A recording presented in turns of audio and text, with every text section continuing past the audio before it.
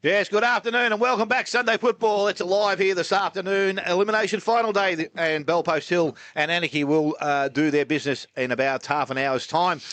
One team will be going home and packing their bags for the rest of the year. The other will go through and they will take on Belmont Lions after yesterday's results. And just welcome him to the broadcast again this morning. Welcome to you, Richard Grubby Cations.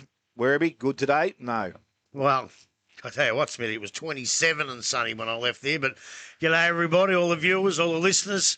And I tell you what, it's pretty tough 2 days in a row because I'm buggered already. The voice is gone already. It's going to be a quiet day from the Grubby. I tell you what, a lot of people might appreciate that. And also with us this afternoon is Archie. He's back in our box this afternoon. Welcome to you, Arch. I've just passed through church on the way through, mate, did you? Yeah, of course, mate. Always on the Sunday morning. As we spoke about yesterday, Grubby highlighted the fact that all the players lift for finals. And I thought as a commentary team, we lifted yesterday as finals. We're going to keep lifting as we keep going through this final series. So expect better and better every single game we go through. And also this afternoon, joining us in the box, as we've been doing for most of the year, is getting the team of the Millennium from different clubs. It is Anakie's turn this afternoon, and Wayne Cuthbertson has joined us here in the box, and he's going to go through the box and read out a few of these names. Now, a lot there I'm familiar with. There's a couple I'm going to struggle with, but I reckon most of us, or I reckon Grubby will know most of them. But, mate, we'll leave it up to you, Wayne. You can take us through. We do it bit by bit. You can give a bit of a spiel on who the players were, what they did, and all the rest, and we'll jump in and make a comment here and there. Thanks, guys. Pleasure to be here. I've only set this team to Grubby 3 times since April, I think, so It's changed. good know off by heart. And before, we should say congratulations, mate, on getting the Anakie boys through to the finals in first time in 27 years. So it is a day that we can make a mark of, because as I said, to get there will be good. To win a game in the finals would be even better for the Anakie Roos. Sure, it's been a long time coming, so looking forward to it. I'll tell you what, though. He did actually send me the team, but he didn't send it at all.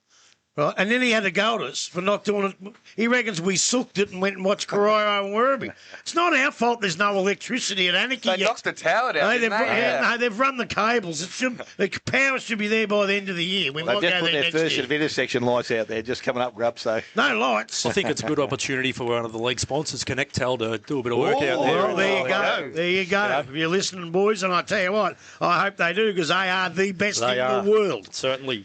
Righto, this is a legitimate, fantastic side. I've had a bit of a look around. We'll start in the back line. Alex got us to do a thing during the year of your top 5 players that you'd like to watch. I wish he had done a top 6 or a top 7, because this bloke would have been in it.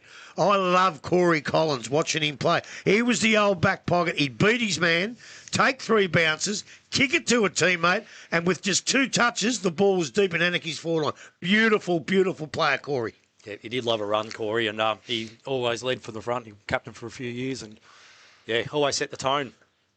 Right. He wasn't a flashy player, was he? He was just run.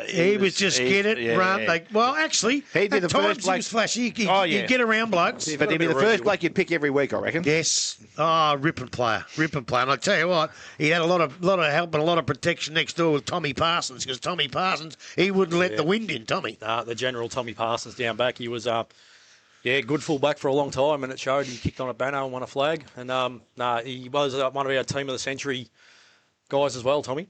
Very good player. And the other back pocket, Jakey Butcher. Yeah, another little hard nut in the back pocket. I loved it when watching Butch dominate in that back pocket. He set up, he never took a backward step, and he could play too, Jakey. Yeah, definitely. And same as this bloke, I think he was a bit earlier. Craig Cummins. I remember him playing, but you can tell us more about him. Scratcher. Scratcher was an Anakie boy, junior through and through, and he started sort of that late 90s through to 2010. He was in that era. Captain of the club during the time, and he was just a good big driver off half back there, Scratcher. Yeah, another one who could forward, but yes, unfortunately got stuck down back more than forward. Yeah, another bloke who would have been in my top favourite players of all time, Stevie Rickett at centre half back. I don't think you have to say much about that one. He would walk into any team pretty much. Yep. Yep. All of these teams have done, he'd be sent half back in every one of them, I reckon, without Definitely a doubt. could do. And a good bloke to throw forward if you wanted someone to take a mark and kick a goal too. I Throw reckon. forward, throw in the ruck, throw him anywhere. He's just very adaptable. Oh, yeah. And on the half-back flank, I didn't realise he'd won a best and fairest. It was Ricky Lazarick. Yeah, yep. He was a good player, Ricky. Good play. Tough. Yep. Definitely. And he was another one, got in our 100-year team. It was probably a flip of the coin between him and Colo for a spot there, but Laser definitely stood up through the years, yeah. Yeah, very, very good player. On the wing, well, I hope he gets in. Well, he's in this team, and I hope he plays as well as he's supposed to, because he's out here today. Is Brad Gerard? Yeah, little bruiser. He's back for his second stint at the club, but he won the best and fairest first time around, and I reckon he'll go pretty close in this year's one as well. He'll be right up there. Now, there was some doubt about him starting today with a hammy injury. He's okay? Yeah, it's just not a issue really. He gave it a test out yesterday and felt fine. Yeah, all right. Let's hope so, because I tell you what, this ground's pretty unforgiving, this big Definitely round in is. finals Yep. on players like that. Yep. In the middle, Daniel Berg. Yeah, Bergie, he was a bit of a beast in the middle of the ground there during the early 2000s. Won a best and fairest, and a bit of a bull Bergie. But unfortunately, probably cut his time a bit short. But no, he was a real prime mover for us those days. Was he relation to Bucket? Yes. That's his grandfather, Yes. wasn't it? Yeah. Yes, yeah. we had to. That was probably the downside of being Nah, put he's up a with good bucket man. all the time. He's a good man, Bucket. And on the other wing, well, a player who might be playing it on the wing, Lukey Dalhouse. You had to fit him in. We've got to put him somewhere, You and betcha. he's definitely proved in the 2 seasons that he's very influential, as you know. Yeah. Well, the funny thing is, a wing is pretty much they're all on ballers, aren't they? And that's where they all he's roll shine, through. yeah. Yep. Yeah, and when They he's could play him anywhere. with AFL experience, he could sneak in and just put himself in any position he'd like. Definitely. There's You know? a few nervous blokes if he does sneak up forward. That's Yeah. for sure. On the half-forward flank, I can't remember much about him with Jamie Phillips, but he was a pretty good player. Centre forward, Jamie Pittman. How good was he? He was very handy. Unfortunately, we probably didn't see the absolute best of him in an Anakie jumper, but still what he gave us over the years was pretty bloody good. It was a beautiful kick. Yes. Kicked a lot of goals. He did. Now, this one's just about got me. Choco. Matty Nempsis. Yeah, Choco was a goal sneak up there in the early 2000s. Come from Lara originally, but he was a leading goal kicker for a couple of years, and very dangerous. He'd like to get a bag of goals sitting beside Corey Bissett or Paul Gillett up in the pocket there. So Well, the name rang a bell, and I just couldn't picture him. But then as soon as you called him Choco, now I can. Yep. Yeah. Right, forward pocket. I tell you what, you blokes went through a couple of years where you won one game, you were really struggling, you couldn't get blokes out there, but there was one kid that kept his head right up and played brilliant football every week, and I'm really, really glad you blokes took notice of that and put him in this side as Adam Miracles. He was fantastic when you were down. He's one of my favourites from my time at Anakie. Just hard nut. He'd sneak forward and kick a goal. Imagine what we would have been without him, Yeah. But imagine him in this lineup now. He would absolutely love it. Unfortunately, head knocks, concussions. That was his downfall in the end. A bit of a He came down, I think. sad one that one in the end, but he was a ripper, Adam. Yeah, I think Ripper. he came down. Darren Morris came down with him. He got injured a fair bit. But there was a few blokes, and the coach himself, Daniel Bumworth, I think might have been on the bottom of this list. I don't know how. He couldn't play. And I hope he's listening. But no, look, there was a lot of blokes in that time that, all right, we're great now, we're in the finals, we're having a great time, but without those blokes doing what they did, you might not have been around. So, Absolutely. you really got to give them credit, and I'm glad you put him in. Centre forward, full forward. Well, we'll see how good he is today, because if they can beat him today, they might beat you. Andrew Bosley. Yeah, well, he's had a good year. He kicked 73 goals or something, and good focal point. I think, he's definitely found his feet at this level now. Took a bit of time last year, but this year being Geelong-based, it made a big difference for him to be able to train, and a real leader out on the grounds as well. Real strong voice for us, It's hard to be a leader when you first come here, when you're not playing as well as people would have hoped you would, which probably did happen in the first few games last year. But I reckon Jakey Mawson brought him up the ground a few times, and just to get his confidence in that as well, and that helped too. Yeah, it did late in the season. He really sort of started to flourish from there, and then this year, obviously, he did a full pre-season. He's been training with the group every week, and it's just really, really shown that connection. Yeah, and I think he's the key player we're here to watch today. Forward pocket, Jaden Ettridge went on to Belpost Hill, but kicked a few goals over at Anakie as well. Yeah, he did. He was the leading goal kicker once or twice, and I think before Bosley kicked his bag this year, he was probably the last bloke to kick 50 goals for us in a year. So they've been few and far between. But he definitely loved the goal, Jaden. Yeah, Yeah. his brothers were close behind him. If Bailey had played a few more games, you'd probably find him on that list. Has one of them gone over to America? Yeah, to play? Bailey has. Yeah, I college saw football. a bit of that. Yeah. Yeah. Yep. Well, we wish him all the best too.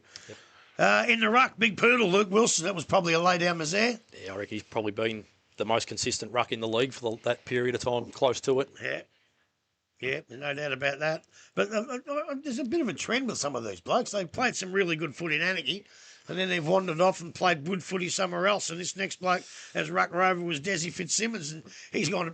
People associate him with North, obviously, but played some pretty good footy with the Anakie Roos. Oh, played some great footy with us, and just the longevity of the bloke. Like, he won best and fairest at both clubs over a 15-year period, and still won the reserves best and fairest a couple of years ago for the league. But he's another one in our team of the year. He was 100 years. I mean, he was a popular pick in that too. Yeah, very and a popular bloke. Really yeah. good bloke, Desi. Yep. Now the Rover, he's very lucky to get in the Rover.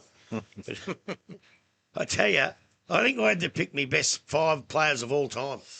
And I picked him 6, so he rang me up and told me he should have been first or second, and maybe he should have been. Clayton Trotter. If you talk about champions, a word used pretty loosely by some people, but not by me. This bloke was a champion. Yeah, Dusty. He was he knew how to get it. He knew how to use it, and it showed in his 2 best and fairest with us, probably half a dozen with Inverleigh, and a couple of Whitley medals thrown in. So not a bad record. Yeah, a champion player, and we'll tell you he was a good player as well. Don't you worry. He's been telling me that 45 years. Yeah, got a bit of an extended bench. Chrissy Moore, I remember him playing, but I thought he was just a battler, Morey. Yeah, but he held there that full back spot in the early 2000s. He was under the pump a fair bit as well. So definitely, what's an Anakie team without a Tucker or a Moore in it? Well, You've got to put him somewhere. Yeah, well, yeah, you would too. Jordan Kavanagh, is he playing today? He is today, Cav. Yeah. Yep, he's out there. He'll probably look like the slowest bloke on the ground, but he just keeps finding it and using it, and he's one of the blokes who's definitely deserving of this day. Yeah. Yep, beautiful. Justin Tatey. Love Tatey. Big Tatey. He could dominate a game in a short space of time. Tatey, whether it was in the ruck, at centre half forward, you could throw him anywhere. And he was a beauty, Tatey. Yeah. And another player still playing, Mason Rhodes. He's another one of those blokes. I think, was he captain through the time when you were down a little bit? Yeah, he's been skipper the last 5 years. Yeah, so he's another one that's just kept his head up when people are trying to belt it off. Yep. And off wing, half back, over a lot of years, even before the COVID break and after, he's been provided a lot of drive for us. Like I say, on the wings, on the flanks, very reliable. Yeah. Connor Walmsley, another one. Yes, Connor. He's obviously gone to bigger, better things than North Shore, but he was a couple of years down back for us, rotating into the ball. He could definitely use it, and it's just showed his quality, how he's kicked on. Beautiful. We had Wilkes yesterday as water boy, so we've got to have a water boy. Daniel Bum will fit that nicely. Look, you know what you got out of Bun. He could play, and if we had seen him 5 years earlier.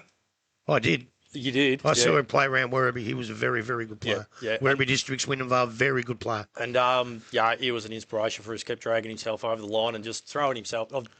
He's a bit like John O'Brien, just threw himself everywhere that he probably shouldn't have, but he just kept throwing his head in there. And, he's a ripper bunt. And a lot of today, credit goes to him, too, for the work that he did. Oh, no worries. No Absolutely. worries. And the thing is, too, he's such a good bloke that he's one of those blokes I can make a throwaway, muck around comment about Waterboy and he'd have a laugh. Yep, There'd be no, what's he talking about? He's just a wonderful, wonderful bloke. And as are the whole Bumworth family, I know them all pretty well. I grew up with a couple of them. His dad and his dad's brothers and all that. And little athletics and all that sort of stuff. They're all great athletes. Don't worry about that. Yeah. Well, he's a glutton for punishment because he's gone to assistant coach at Lower at the moment, so he must be enjoying his footy. Oh no, he was just chopping out his mate Dimmer there. But good to see them finish with a win, I suppose, yesterday. But I'd just like to give a quick shout out too. There's 3 blokes out there today, come right up through our juniors. Noddy Ebel, Kyle Ebel, started with our Oz kick, gone all the way through. Like, he was one of our gun juniors, and to come over a shoulder injury to come back for today's game. Like, he's all good. Yeah. Sorry, there's no doubt there. Billy Goodwin, another one, come up through their juniors. And young Jet Mills as well. He's found form at the right time of year to force his way into a side at the pointy end. So Saw him coming up. He's a little redheaded bloke, isn't he? Yeah. Saw him coming up one day. He didn't get a lot of the ball that day he's played. I think he was only about 16. yeah, he started. But he looked like he could play. Yeah, he did. Yeah. He played a full season probably as a 16, 17-year-old when we were battling. And, it's a good reward for his efforts out there today. Yeah. And I It'll think... suit him today too, I reckon. Yeah, I also think, I reckon, maybe not all the time, but on occasions, Billy Goodwin's captained the side too, hasn't he? Yeah, he was co-captain last year. Righto, yes. See, I'm not going silly. I'm not getting old. You Right, know didn't say you were silly. And this year's Yeah. Rhodes and Dalias, right? Yes, Yeah, that's correct. thought so, Yep. yeah. Well, that finishes up the Anakie team of the Millennium, and I tell you what, you got to admit, Smithy, it's as good as any of them. Mate, as I said, you'd take some of these blokes to the soldiering your form and your side every day of the week because there's some quality about them. As I said, there's a couple of blokes coming to the pub today, and I think they're coming out there. Yappa Priddle and China Connell, we're going to mention it, but they're a bit before their time, so we couldn't get them to mention of that. If you go back to the 80s, mate. Oh, well, actually, the last time I was out in the club rooms, I actually took a photo and took it back and I showed everyone at work who these two blokes were. Actually, I didn't. I got China and I said, Yappa, where's your best and fairest photo? He said, no, I said, I was just happy to play with the team, he said. So. But good blokes. As I said, they fill up our time at the Great Western Hotel. And as I said, that's a tremendous side. And as I said, you take them into bat every day of the week. So, and we wish, Wayne, mate, as I said to all the boys there this afternoon, we wish them all the best. As I said, it's a long time coming, and we hope that they can play their best football today and give this a real shake out there. So, all the best. It's been a good ride, so looking forward to it continuing. Yes. Righto, mate. Well, thank you, Wayne. Thanks, and guys. we're going to take a short break as we did yesterday, and we'll come back and discuss Bellpost Hill taking on Anakie out here this afternoon. You're listening to 94.7 The Pulse. Thanks, Gutho. Your home of Cheers, local mate. football.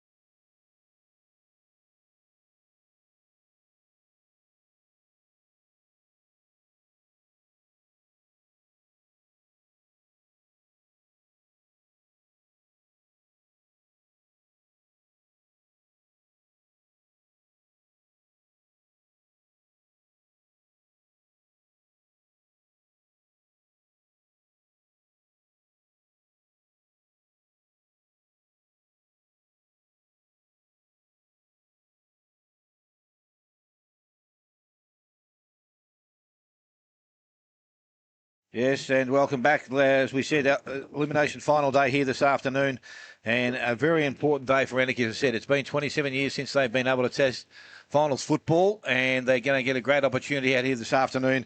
And a few of their keys are important to their side, and obviously none more so than their full forward in Andrew Bosley, who has had a tremendous year up forward. He's kicked over 70 goals for the season, and they will be not a heavy reliance upon him to do that because Jake Lever is out of the side. So, unfortunately for him, he's got a bit of a hamstring issue. They'll be hoping that they can get through and he can become available next week. And also Matt Detman, who's been a regular in this side, is out of their side. So Kyle Ebel is in the side, and Matt McLaughlin has also joined him from, obviously, in the last couple of days. It may have been giving these players every opportunity to get themselves up and about. Grubby, Bellpost Hill, we think is probably as good a side as they could probably put out on the field this afternoon. Yeah, well, look, they've had their own injury problems up and down for the year. And they seem to be a little bit like Thompson last year. They've actually got, well, obviously there's quite a few come back because I think they rested a few people last week, but they've looked like they got what they need to play. And I'll tell you what, in finals, that sometimes means a hell of a lot if you can pick your best side. But I'll tell you, let's get one other thing straight too. Yes, it's been 27 years, and yes, it's very important for Anakie. Belpo still had the dynasty. They won just about every flag in the teens. But now they're back in the finals. It's just as important for them too as well, don't you worry? I know they've got their old blokes back, and they're old blokes. I tell you what, either of them could win the Whitley medal, actually, in Whitney and Basely. But I think what's kept them going too is some of these young kids that have come through are really starting to play well, and they've blended together. And as you say, they've got their best side in, and that'll be a real threat for them. Real threat for Anakie. Yeah, they've only played. I think they've only played once this year, and Anakie were victors there, 102-76. So that'll have to give them some sort of confidence going into today's game. As I said, with a pretty good list and a healthy list at the moment, or both sides both healthy, but they're going to have to be again. Anakie, you would just. Because they haven't been in finals football, you've got two or three blokes that have probably played finals football in Mawson, Dalhouse. I'm not too sure whether Oscar Barter's played much, but Bosley from when he's time at South Bowen have all played finals football. But the rest of the group probably haven't been there that often and would take a little bit of time maybe just to settle themselves in, Grub, and adjust. No. No, you reckon? I don't reckon it matters once they get to this stage. Every single one of them know that if they go out and play their best footy, they can win. And I just think they'll just all go just like yesterday. You don't think the pace just goes up that little bit and the intensity just goes up that notch? It does, but I don't think the pace does. I think the intensity does, like we saw yesterday. Can they adjust to it? That's what I'm I asking, think suppose. so. I think so. And whoever won the other game must have been early in the year. And I just don't. You don't know where it was played. You don't know what the teams were like. I don't know if that matters much either. I just think whoever goes and plays their best. I think you've. I know it's not a nice thing to say, but stop Bosley and you might stop Anakie. He's just the bloke that might tear you to pieces. And you say Detman's out and there's a couple out. Yep. Look, I think I've worked out. Maybe someone will ring me up and tell me I'm wrong and I'll accept it. But they've got all their big point players playing, which I never thought they could do. And I reckon I've worked out probably their bottom, say 6 to 7, instead of being 2-pointers. They might have left them 2-pointers out to play 1-pointers to get all their in.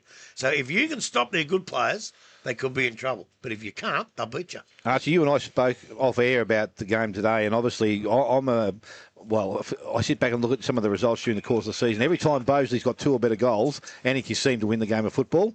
And Grub's just mentioned that he is a key to this side.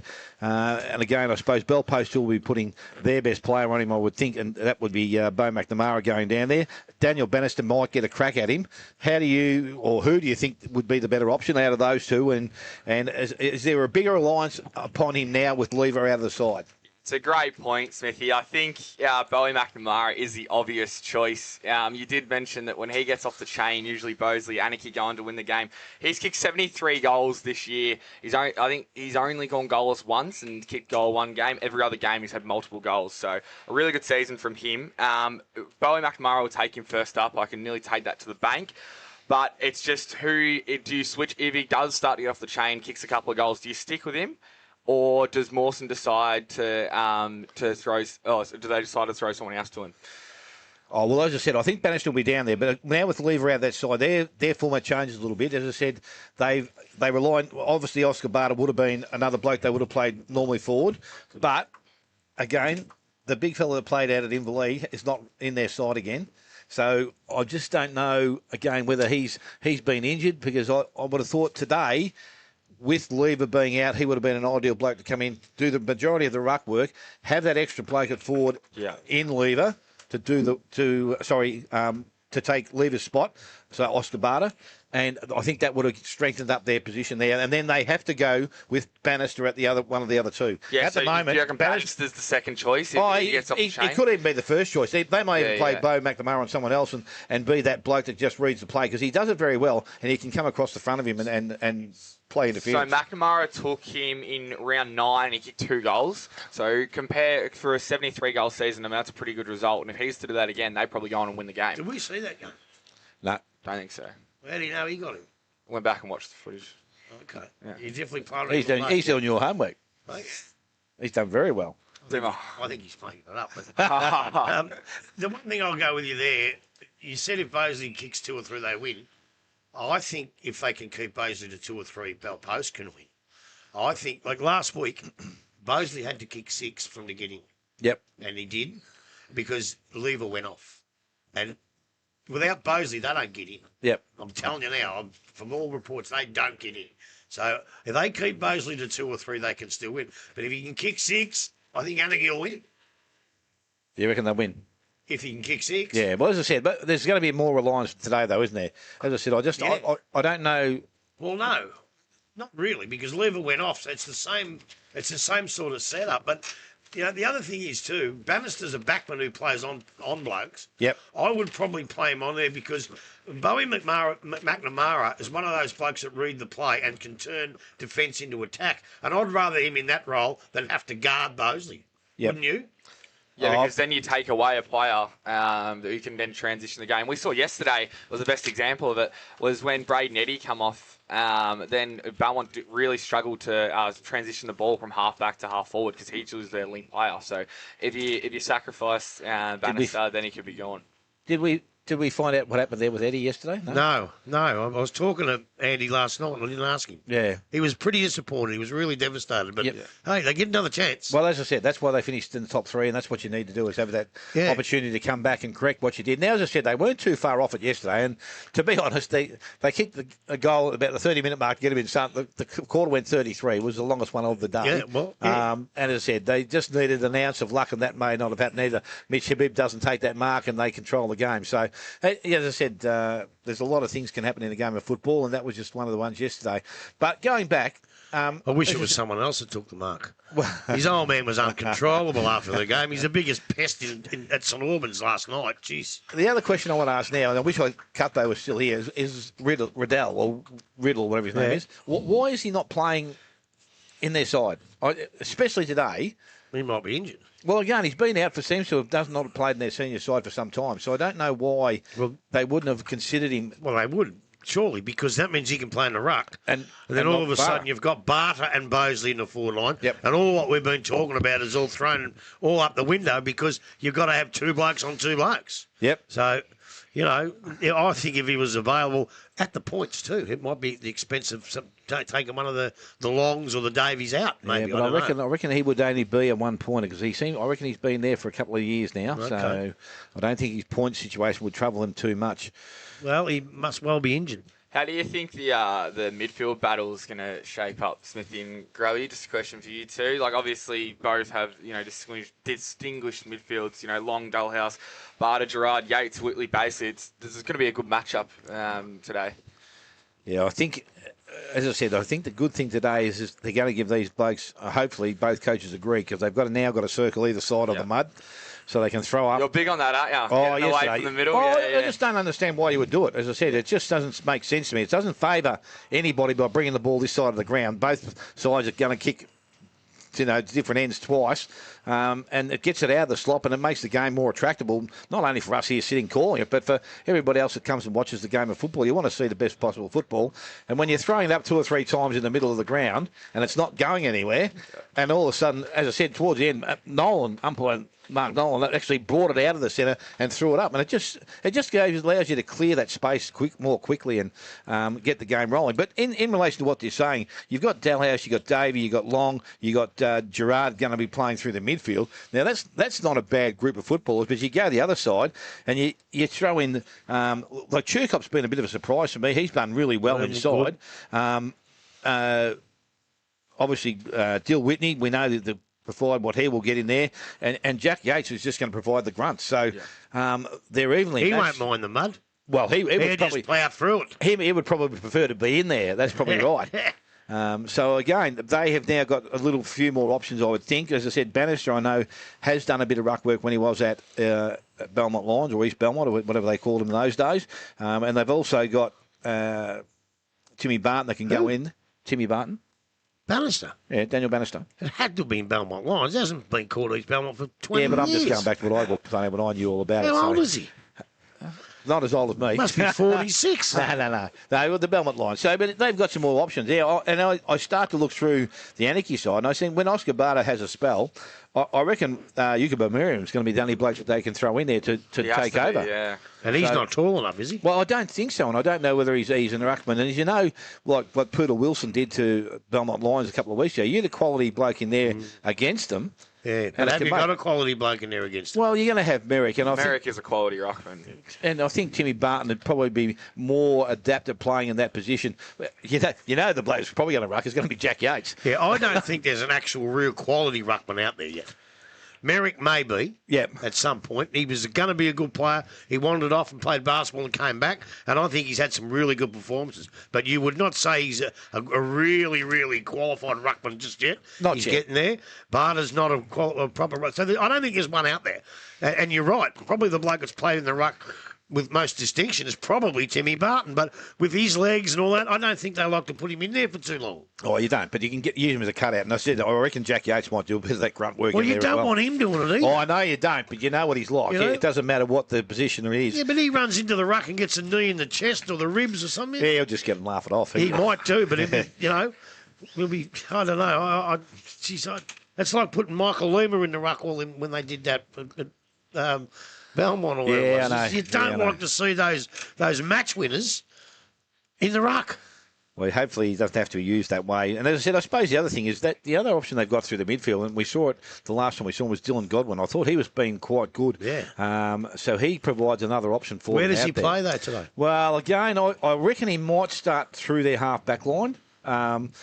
But I'm not 100% sure. As I said, that with their full list back available, he might have had to go in there just to amp up their midfield role. But with all those blokes back in their side now, as I said, I think they're probably best equipped that they've ever been for the whole season.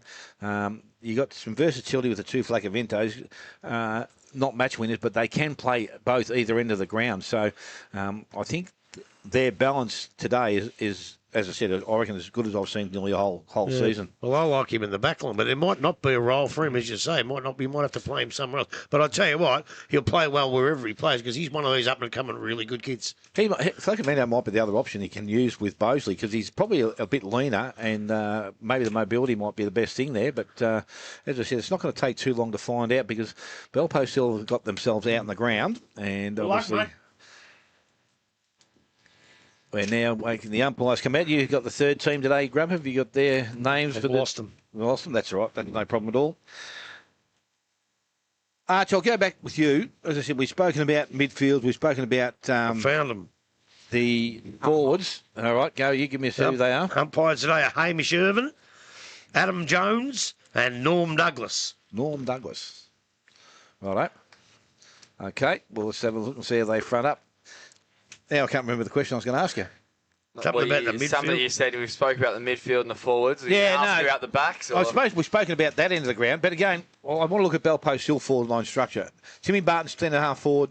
Cozzy obviously. He gets right down there. Deep in their forward line. He also helps out in the ruck down and the balls. He probably can, but I don't know whether he'd prefer to do that. But you got the two Jones boys. They're the ones that I think this year for me they've actually provided that little bit of pace around their forward half, and have been obviously able to kick goals week in, week out. So their matchups are going to be also important.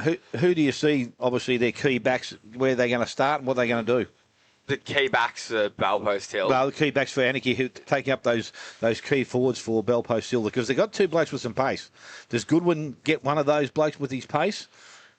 Yeah. I think you have to give Goodwin to one of them. I think the best, one of the big beneficiaries that the Belpost still do have, as you were talking about with the two Jones boys, they can really push up the ground, be a linking player towards the wing, help with the ball transition, and then push back, and Cozzy can stay deeper and you can get the ball down to him. I remember we saw him early in the year, and if he's got his kicking boots on, Cozzy, which he usually does, then he's a massive threat for Belpost Hill. So, yeah, it'll be interesting to see what they do, but I think the two Jones boys, they can push, right up the ground and move the ball back down. Right, Grub. Who wins, and who are you looking for in this game to set either side up? Oh, well, I don't know who wins. More like yesterday, I'm not quite sure. Whoever plays their best footy, they finish pretty close together. Anakie are wearing the white shorts when they're the home side, so I don't understand that. Well, even there was no clash jumper at Belpo still. I've seen them wear one. Well, they've had that white one for They've had years. that white one for years. So someone's telling lies somewhere. But I know they wanted Anakie to wear theirs, and he said, we finished fourth. Why shouldn't we? And I agree with that. Yeah, that's fair enough, You too. finish fourth. It's not just what you wear on a day. It's how you portray your club. And I tell you what, Jake Mawson's done the right thing, but they did succumb to the white shorts. That's fair enough. But it really doesn't matter in the finish. But and that's another thing, too. A couple of the younger, we'll say inexperienced coaches, but they haven't coached for that long in Ash Whitney and Jake Mawson. Yep. They're probably the new breed of coach coming through. And funny, both pretty fiery footballers, but very laid back and very strategic in their way of coaching. So, that'll be a good battle in itself. They've done a really good job with their respective sides, both of them. I think a lot depends on Anakie's best players. That's what it all depends on. As I said, I still think they fall away a little bit at the end. And if you can curb their best players, you can beat them, especially Mosley, because he is a very, very good player. But Long and Davey, and especially Dalhouse, if you can cut Dalhouse out of the game, don't know whether they'll tag him, and I wouldn't to start with, but again, like yesterday, you always got to have a plan B. But on the other hand, Dylan Whitney, he's probably a chance to win the Whitley medal. You got Basely coming off half-back flank. Oh, I tell you what, they're all the blokes that you want to watch. The newer players in, like Norman, was a good player last year and played pretty well in the second half, what we saw last time we saw him. I tell you what, it's just too hard to tell them. Look, I'll go for Bell Post, but without any strength at all, I don't know. What do you think, Arch? Who's your choice here this afternoon and why? Just like Robbie said, it's a very tough game to pick, as was yesterday. I think that Anakie, the story that goes along with it, like, do the players maybe wanted a bit more to go along with, not playing finals for so long. A lot of these players, we had we were talking about players who've come up in the junior ranks, and they've been at this club a long time and never played finals. So I think for the story, I'd like to see Anakie win, but I think Balpo's class and experience will get them over the line today. I think the player I'm putting the microscope on is Mawson. I think if Josh Mawson can get off the chain, he's been in the best 7 times this year, and 6 of those games that he's been in the best, they've won the game. So if he's at his best today, I think they win. Well, I'd love to comment on Josh Mawson, but I've never seen him play, believe it or not. Never, ever seen him play. So let me watch him play today, and if they win, I'll comment on him next week. Well, I just noticed out there he's got a jumper on with 77 on him. So he's only got number 7 on the team sheet here too, Grub. So he's the only one that I haven't picked up. Remember, who was the other one? I'm going back. The bloke that was played with them during the course of the season was tied up with one of the junior AFL sides, or like a bush ranger or something like that. Who was that? He played the first game we saw at the kid that you liked and didn't. Cox. Yeah, Cox. Yeah, that's him. Sharkwin Cox. Yes. Well, and now again, is he not eligible because he's played too many games with that junior club? I've got no idea. Yeah, no, that's I've got another one. no I'll have idea. a look for you. I do remember the player, though. We should have kept Cuffo in here because he could have told us. Yeah, well, that would have been bloody handy. Just get those couple of things there. Well, I suppose get the knowledge of what these players were or where they are at the present time, because he would surely be in this best side. But again, he would probably come with some points, and maybe that's maybe why that they couldn't Possibly. do it. He doesn't look tall enough, does he? You can remember him. Not as a ruckman, he's not. No, but that's what I said. I don't know how, other than Barter. I'm not too sure where they go to as their next best. But obviously they'll have something in place. It might be thrown back to someone like a Paul Redoute to go in there and just make a contest in that middle of the ground and see how things go. So, look, we're going to take a quick short break. Hang on, before you do, all right. Luke Dalhouse has won the toss. Yep. He's going to kick with the breeze towards the Buckley's end of the ground. Okay. Well, it's a bit similar to yesterday where the flags are in the last quarter, going across the ground. Well, early in the first quarter of the reserves. Yep. Which, by the way, Belmont Lions are out for the year. They were beaten today by the Winchelsea Blues, who will take on North Geelong Reserves next Sunday, after the clash on Saturday between East Geelong and Werribee Centrals. Yes, well, and then the flags go up again. I honestly think if there's going to be any advantage, it will be to the Buckley's end today and not yesterday's the other end. Well, there you go. It's going the other way. So, right, we're going to take a short break now before teams head to their positions. And it'll be game day not too far away. You listen to 94.7 The Pulse, your home of local football.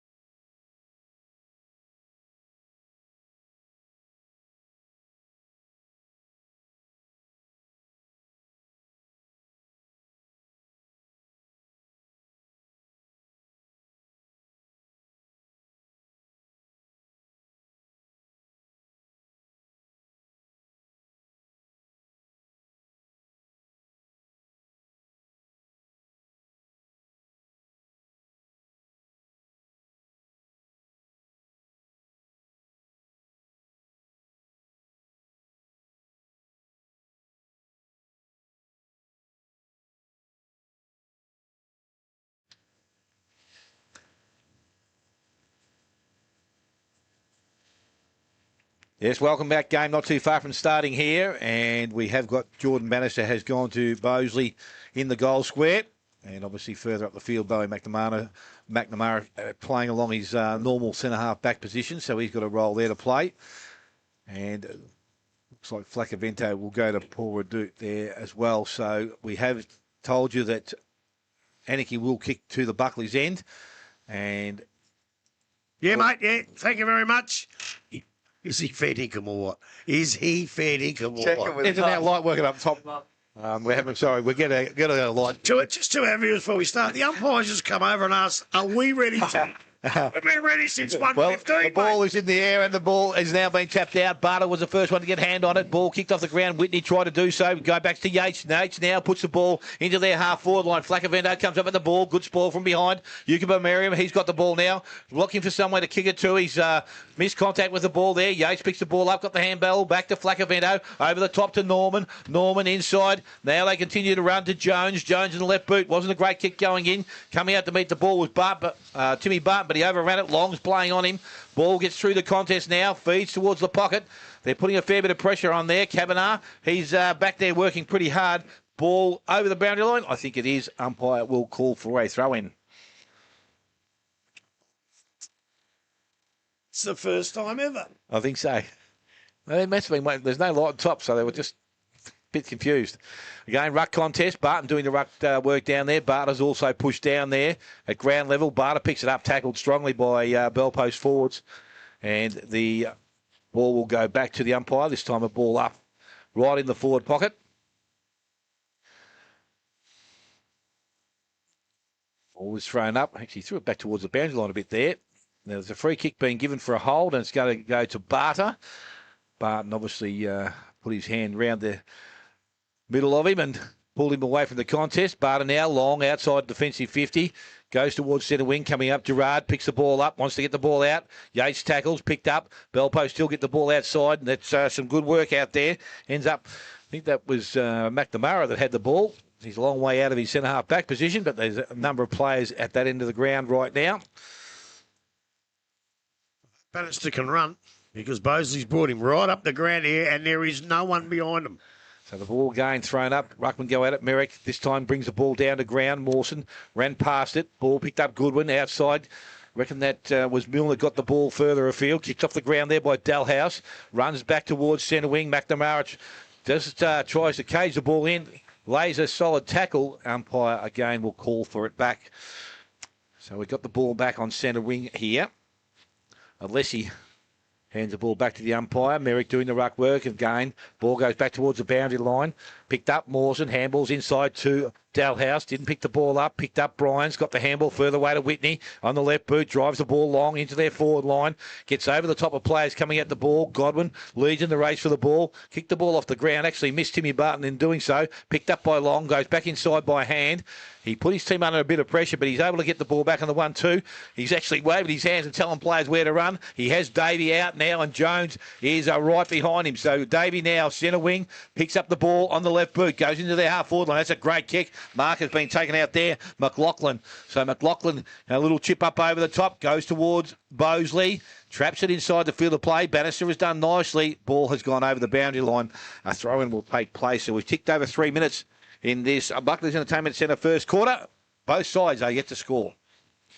So about 40 metres out from the Anakie goal. Their first inside 50 for the afternoon as the ball's back in now. Ruckman tussle for front spot, grabbing the ball out of the ruck. On that occasion, it was Yates. Now trying to get the ball through. Has the umpire seen that? He said you had long enough, so it's holding the ball.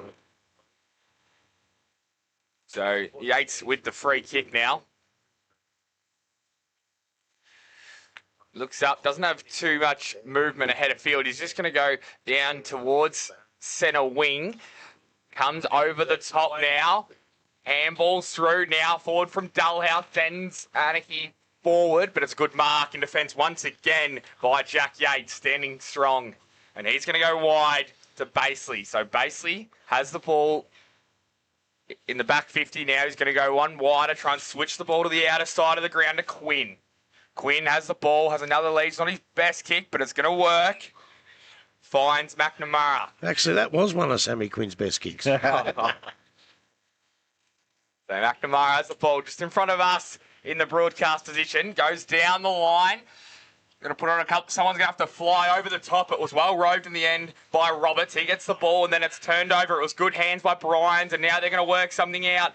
It ends up with Sherkop and then it ends up with Jones. He's going to try and find someone. It's a bit of a nothing kick. It's a bit of a race coming back towards goal. Estello's there. Couldn't quite cover the ball. Now Anakie got to defend gallantly as the ball ends up over the boundary line. So we'll have a kick ball. for a high. It is. Infringement there, yep. Me long in the back 50. It's a good kick in the path and Mawson taking the mark.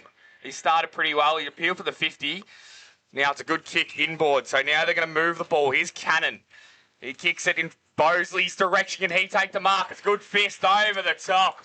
And out of play it was on that occasion by Bannister. There is another bloke I've just picked out who may have to go into the ruck at some stage. That's Luke Roberts can go into the ruck, Smithy. Bit of size there. So directly in front of us in the commentary position here. We'll have the ball in true centre wing. Buckley's side of the ground as the ball's back in now. Barter with a tap. Coming through and couldn't go over the ball was Whitney, although there's been a free kick picked out. It's going to go to Dalhouse. It's going to be their first real good look at it. Anakie sends him inside the forward 50, looking and trying to find Bosley just through his hands. Comes out now. Rush kick. Got men set up here. It's a big contest. Just going out of the way of Whitney, it might have been. No, and then in and under was rid out. Trying to get the hands. Maybe one too many possessions. Mawson's trying to gather the ball now. On hands and knees, it's stuck somewhere under there, and the umpire's going to say no prior opportunity. So I'll have the ball in about 55 metres out from Anakie's goal. And we've gone 6 minutes so far in this contest. There's been no score yet. That ball game thrown up on the half-forward line now. Barter, little bustle, goes outside. Mawson picks the ball up. He goes on his left boot. McNamara just decides to kick the ball off the ground. Goes out towards centre wing. Jones and Davey, both in the contest to get to the ball. Jones kept his feet, did that nicely, so he's away. He's on centre wing, takes the first bounce, and takes the second bounce. Wanted to come back inside, put himself under a little bit of pressure. Good chase from behind, though. Ball kick wasn't great, and it's going to be turned over. Ball into the hands of Mitch Gavin now. So Mitch Gavin's got a player across the ground. He will use him. That's a good use of the ball. Sharp also has a player further afield. Kavanagh in some space by himself. He's got plenty of time here. Weighing up his options. Goes inside towards Mawson. Again, he takes the mark and he can settle things down. Josh Mawson now off a step, goes long into their forward line. Bosley again, the target. He's up. Ball through his hands. Out the back, picked up. Gerard, handballs over. And that was kicked forward by Alessi. Was it okay? Yep. Yes, it was. And that is the first goal of the afternoon. And Anakie will see on move to that one straight goal. 6 points. Belpost Hill are yet to score. 7.5 minutes gone. Buckley's Entertainment Centre. First quarter scoreboard. They all in there for a while, but look, coming out of defence there, Davey fell over. And I thought Belpost Hill had the perfect entrance, and they just wrecked the kick, and they probably let themselves down then a little bit because Anakie were able to come back the other side. And I don't know, I think when you get possession of the footy, especially early in the game, you've got to make those passes count. Against the wind, keep it low, hit a target. He's kicked it straight down the bloke of an Anakie, down his throat, which made the ball come back so much quickly.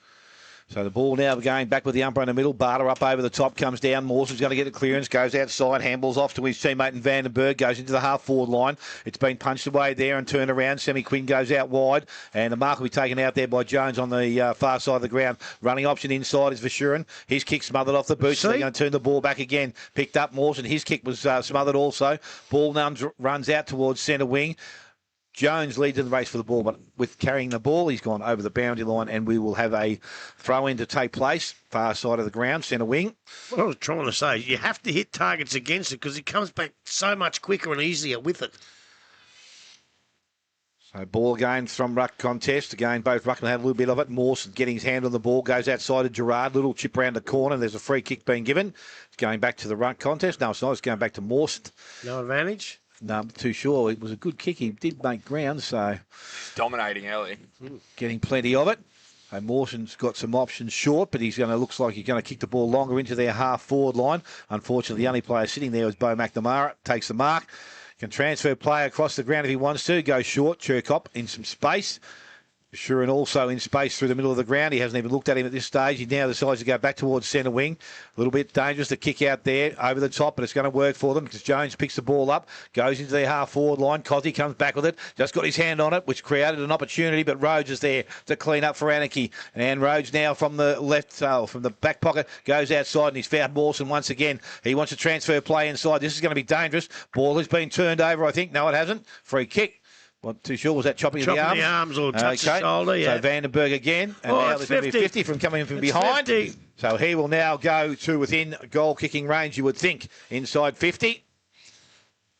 He's going to get every bit of 50 here too, I think. So another opportunity here for Anakie to put their second on the board. I didn't think that was still a rule. So from about... That's not 50. 25, it's at least 50.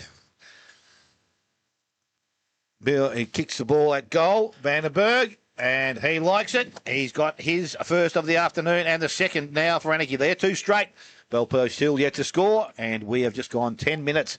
Buckley's Entertainment Centre, first quarter scoreboard. So what has to happen? Does somebody from this side have to go up and stand on the mark? I think because he came from behind and through that zone, well, he had to run a straight line and then make a square across rather than go on the angle to get there. I think he went on where the mark was and then moved after it. That's the No. He come from behind, took the mark, and they gave 50 straight away, which I thought was out of it. I didn't think that was a rule anymore. I'll run it past Jock, but I thought if you get the mark and then he calls stand, you've got to stand. So we're back in the middle now. Where they come from? Ball is out. Merrick couldn't quite win it out. Under there as always. Might be Yates it was. He couldn't quite get the ball out. Now Merrick trying to do his own roping work, but he did throw the ball. So Anakie going to go forward here again. Free kick in the centre of the ground. Through Barter. Barter kicks, looking for Dullhouse. He's got out. He might jump.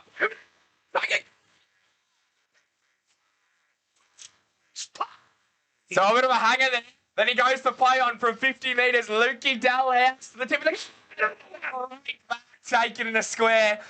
They're white hot here, Anakie. The player in question is Jet Mills, and he's going to kick their third goal. They're going to be 3 goals up with no more than 12 minutes gone in this first quarter. We're going to have no more players to fly for. So Mills everywhere. Shouldn't be a drama from here. Goes back, kicks their goal, and they're on fire early. Anakie, 3 straight 18 to no score, Balpost Hill. We've gone 12 minutes in this first quarter, brought to you by Buckley's Entertainment. Well, that was as good a mark as you've seen all year, but you would expect it from a player of his skills, but it's still great to watch it. But I tell you, the kick in there could have been just a 50-50 contest, and that young fella Mills, he made it his own with strength. He watched the footy, took the mark, kicked a goal. Anakie 3 goals. Balpost Hill yet to score, and I tell you what, both sides have come to play, and Anakie have got off to a great start here. So back in the middle now. Looks like Timmy Barton going in to do some ruck work. Barter up over the top, brings the ball down. Yates clearance on the right boot. Delivers the ball back towards their half-forward line. Out towards Flacavento. Had a bit too much carry on it. Ball gone over the boundary line. Oh, and here comes the rain. Here comes the rain. It's just going to be a nuisance value, I think. I don't think there's much in it. But Tell you what, it's more nuisance value if it keeps raining and your side gets 3 or 4 goals down. Well, that's true, yes. Makes it so much harder to come back. So just waiting now. Umpire throws the ball back in. Again, far side of the ground. Hope they turn the lights on because by the end of the day we might be able to see across there. Barton on hands and knees from Balpost Hill. Gets the ball out. They continue to run the ball. The umpire said there's a free kick. It is going back to Timmy Barton. They should stop the game to help the cameraman out. Yeah. Yeah, no, I reckon so too. I'd bring him inside the box, but not today, though. No. See you, mate. Timmy Barton loads up, goes long into their half-forward line over the top. Oh, nearly a high grab there. Picked up. I think that might be Bashurin. Ball comes out. Left boot goes into the half-forward line. Mark almost taken. Was that No, Norman? he's given a free. I think it is. Joshy Norman. It is. No, It's not. It is Lockie Wilson. So he's got the ball and an important kick for goal here, about 25 to 30 metres out, almost directly in front. He's not just kicking Norman. into the wind. He's kicking, mate. Unless he's changed his jumper. But he's not just kicking into the wind, he's kicking into torrential rain. Is that 12 or 17 he's got the ball? I can't see. 12. They've given it back to him. Yeah, this is Joshy Norman.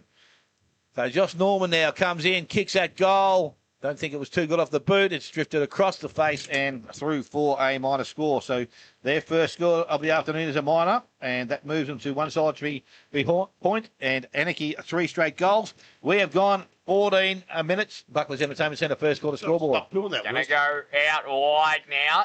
Well, it's boundary side end. It goes over the top, and it's going to be a ball in about 70 metres out from the goal of Balpost Hill. Wilson. He lined up. That's why we thought it was him. Then he give it back. Can't do that to the commentators, mate. So as the rain eases here at St Albans Park, the ball's back in now. Ball down. Neither team can win possession out. It's going to be like a bar of soap now. Comes out wide and it's going to go out of bounds. We'll have a ball in about 60 metres from the Balpost Hill goal now.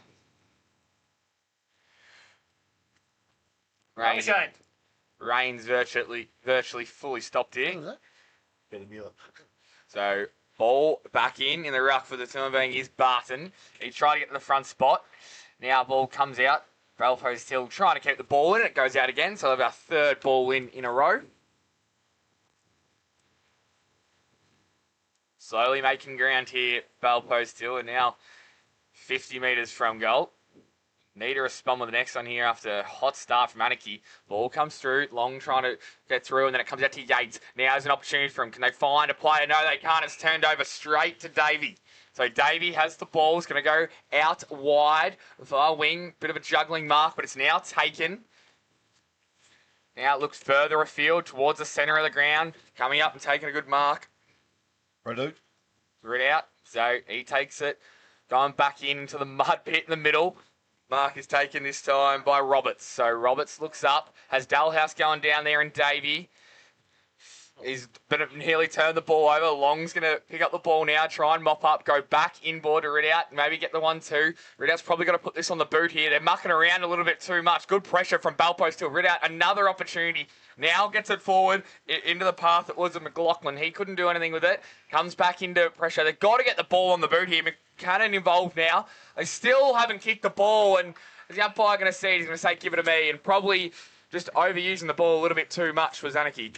When they did use it, he made the wrong decision. He handballed it to a bloke who had someone right on him. So you're right, Archie. A kick in that situation was what was asked for. So ball over the top. Barton in the ruck for the time being. Gets it down. Couldn't quite find a player. Now Yates has the ball, though. There's a free kick being picked out, and it's going to go the way of Evil.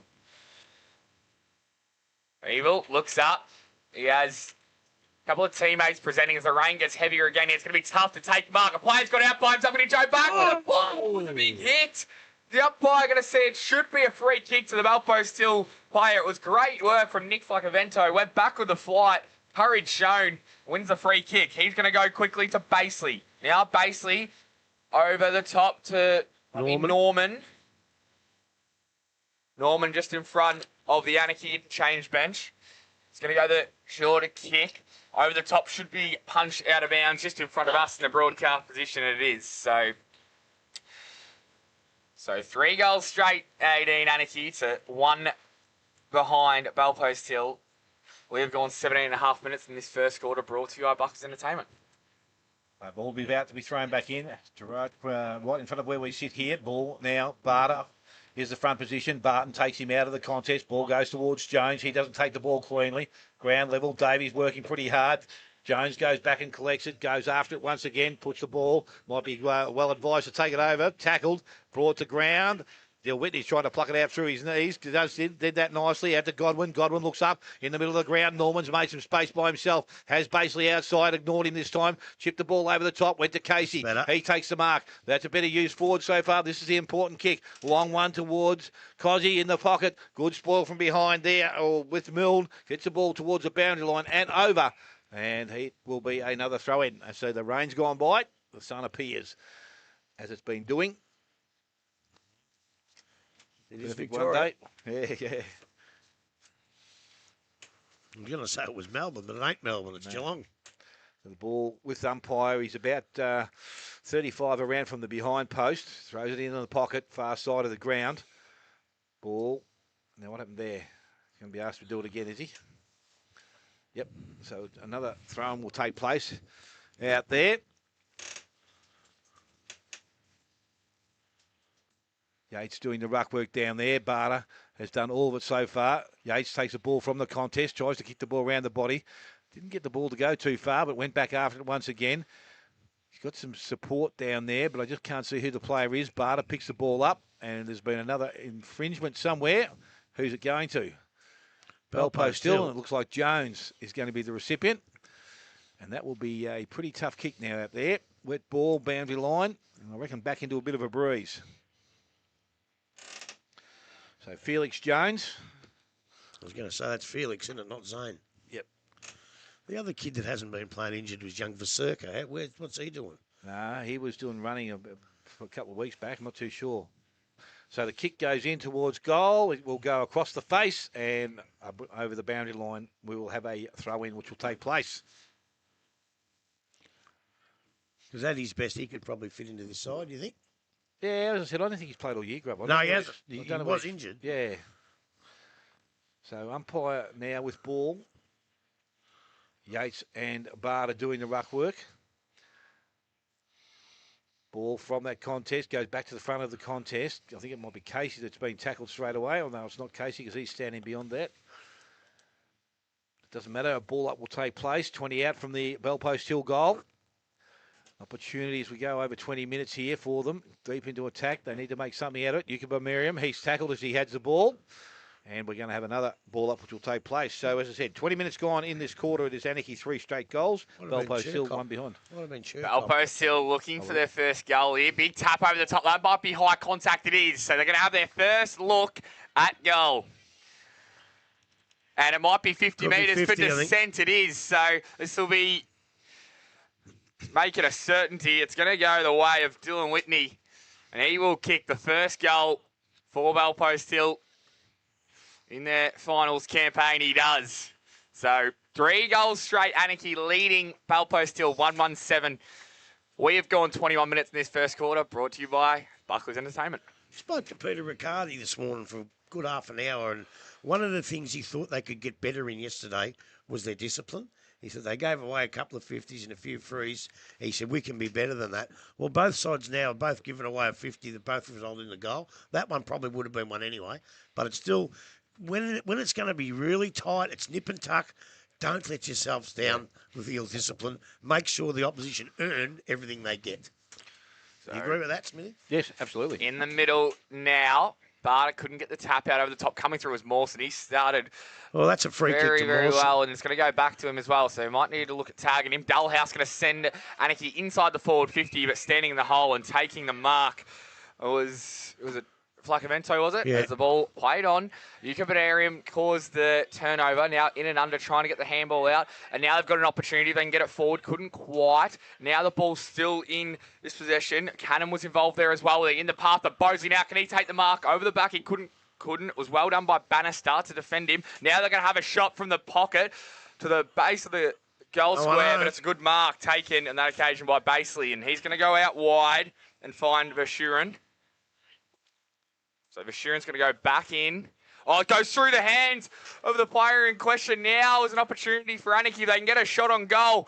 They might here. Here's a shot. It's another tackle. Well defended here. Vashurin trying to come through and mop up the Burke, and they're going to get a free kick. So it's going to go the way of Lockie Vashurin. He got away from there. He's got a player out wide in Godwin. He might go over there to take this mark. It is, and he's got good hands. So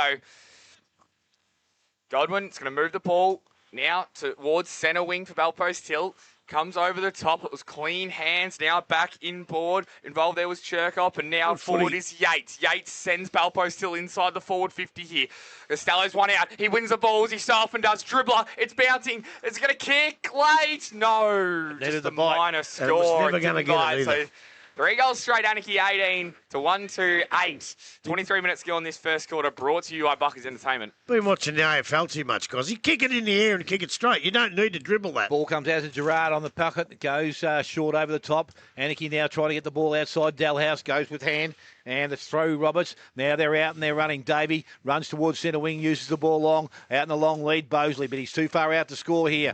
He's out beyond 60, so Anakie needs some runners going past. Redoute is one of those players. He's made it ground about 20 metres down the ground. Still outside 50, though. This will be the important kick. A lead across the face of it, but he is ignored. Little short chip once again. Misses the target. Over the top. Into the hands of Flacavento. Bellpost Hill now transfer the ball back out towards the half-back line. McNamara chips the ball over the top and into the hands of Basley. So, again, he stops and looks and settles things down on defensive side of centre wing. Now he's got some options further afield. Longer option coming up towards Yates. He doesn't let him down. Good spoil from behind, though. Ball comes out. Will they use him?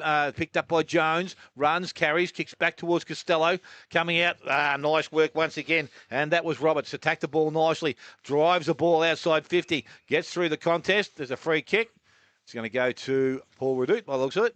And an infringement was pushing in the back, I think the indication was. Into Alessi. Good use of the ball. Unfortunately, Alessi can't hold it. Goes back and grabs it. Pace. Runs away from the contest. In towards Bosley. Ball over the back. Vashurin leads in the race for the ball. Goes towards the boundary line. He's tackled. Taken over the boundary line. We're going to have a throw in for that 20 round from goal. Anakie's attacking into the ground.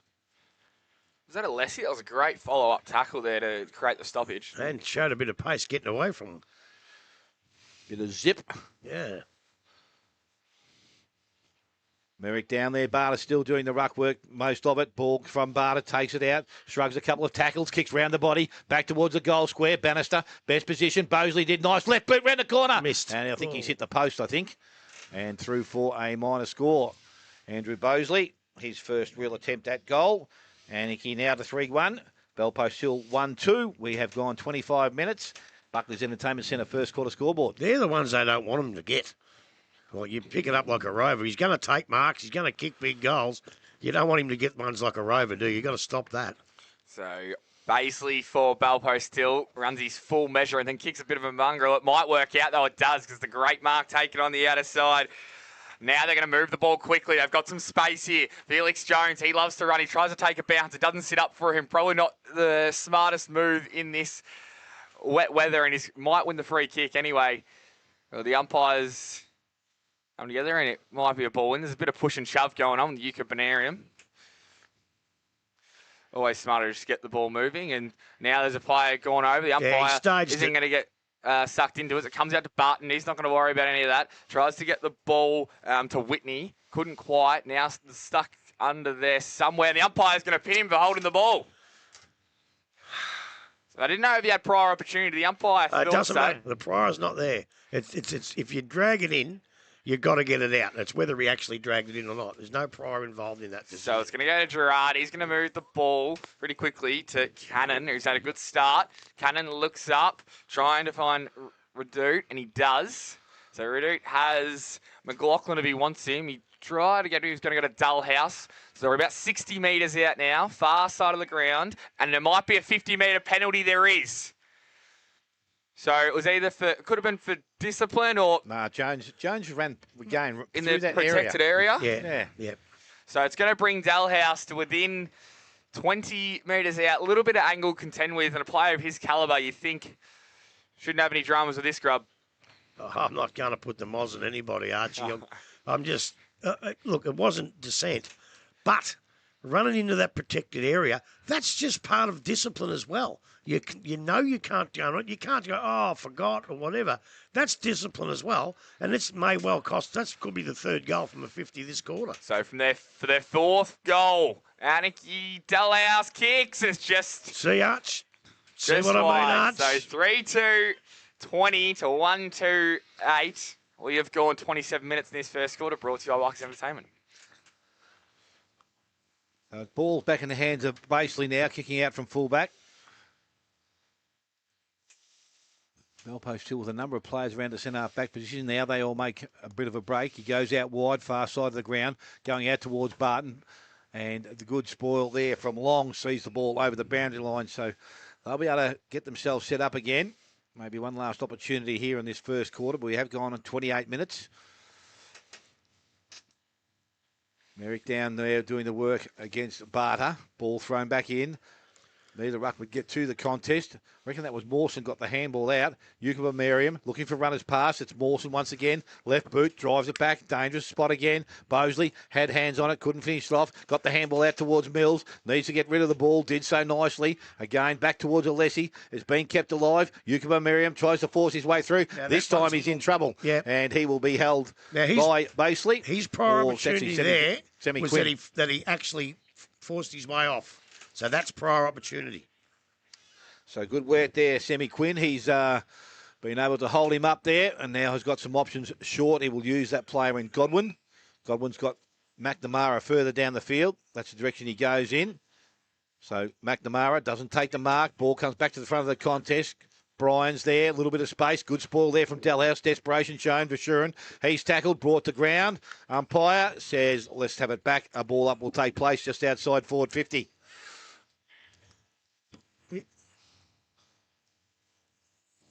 Ruckman have pushed across. Merrick and Barter. Ball, Barter strong, just taps the ball back inside their 50. Godwin's there, ball comes out of that contest. Churcock, and the ball ends up in the hands of Harmer here, so they can settle things down now, Bellpost Hill. Player coming past is Baseley. Harmer now goes long and down the boundary line.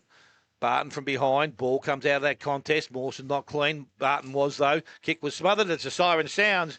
And it will end their first quarter with Bellpost Hill at 1-2. And they trail Anakie on 3-2. Goal kickers to this stage of the day is Dill Whitney has one. And individuals for Anakie. Vandenberg, Alessi and Mills. Take a short break. Come back. And Grubby's going to let you know what's happening in the first quarter.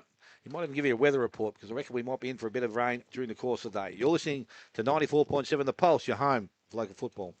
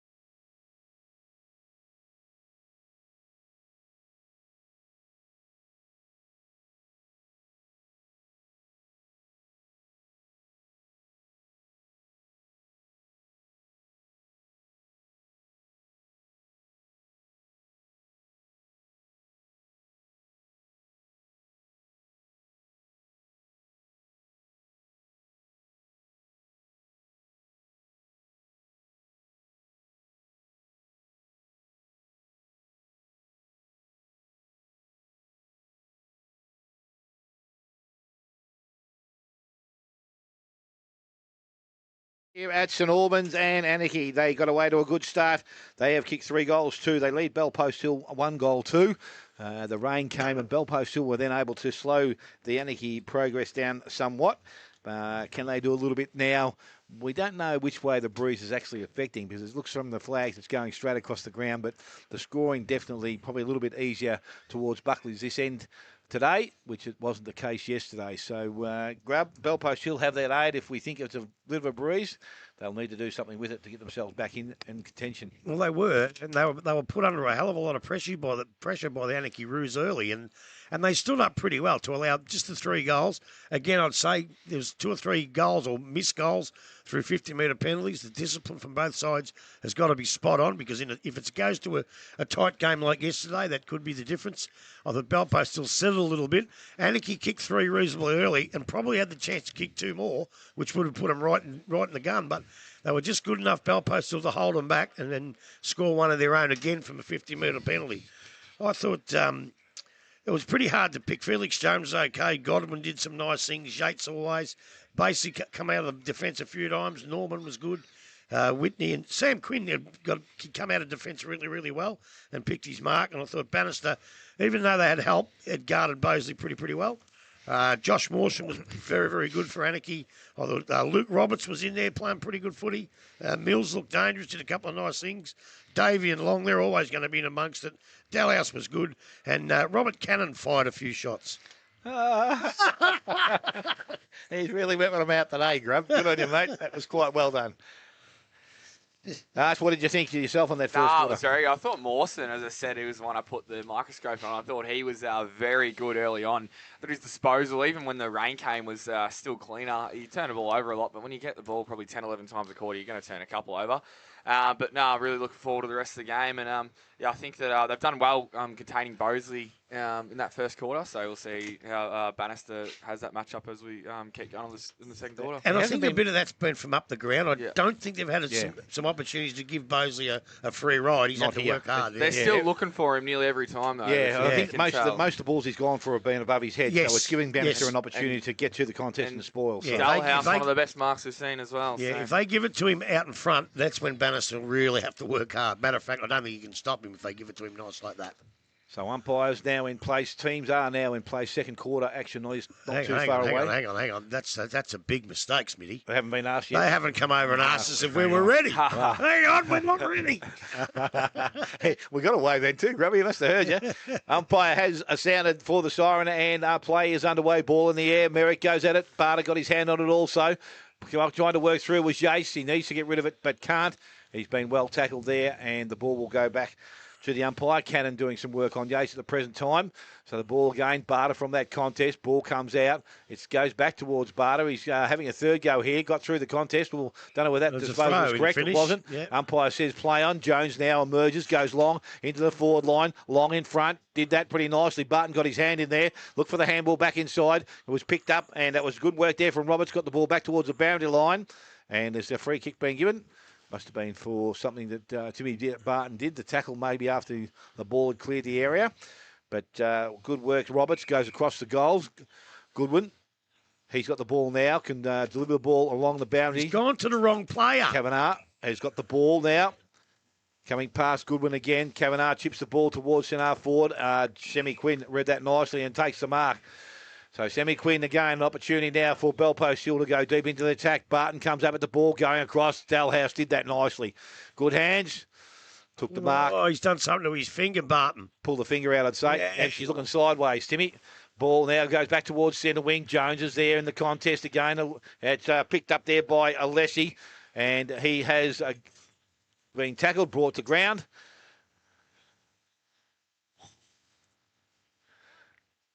I'd say he might have dislocated his finger. At least it's not his leg this time, so Yeah. he's a fair chance to get played the rest of the day. Ball from that contest. Davey slips over as he's trying to get rid of it to Mawson. Mawson handles back into Goodwin, puts himself under pressure, but he's able to weave his way out of there and gets the ball down to the half-forward line. Ball gets out the back to Flacavento, goes over the top, back towards Quinn, chips around the boundary line. There's a free kick down the field. No, it's not. It's going to go back now because the ball didn't end up in a Belpost Hill player's hand. And Semi Quinn will get another opportunity. So defensive side of centre wing. Bellpost Hill to bring themselves further up the ground. Little chip up over the top goes to Casey. And Casey now of Bellpost Hill has got some options. Looks at one. Merrick was the first one. Bryans was the one that he went to in the end. Kick wasn't good, but he's now chipped the ball back into a dangerous spot. Ball was spoiled from Jones from behind. Kavanagh, he leads in the race for the ball. Tackled by Jones, brought to ground. Might need to get the ball out here. He might be in a little bit of trouble. No, said he's okay. No, that's any fine. prior opportunity. Yeah, that's where no pride does come in because he was tackled when he was on his feet.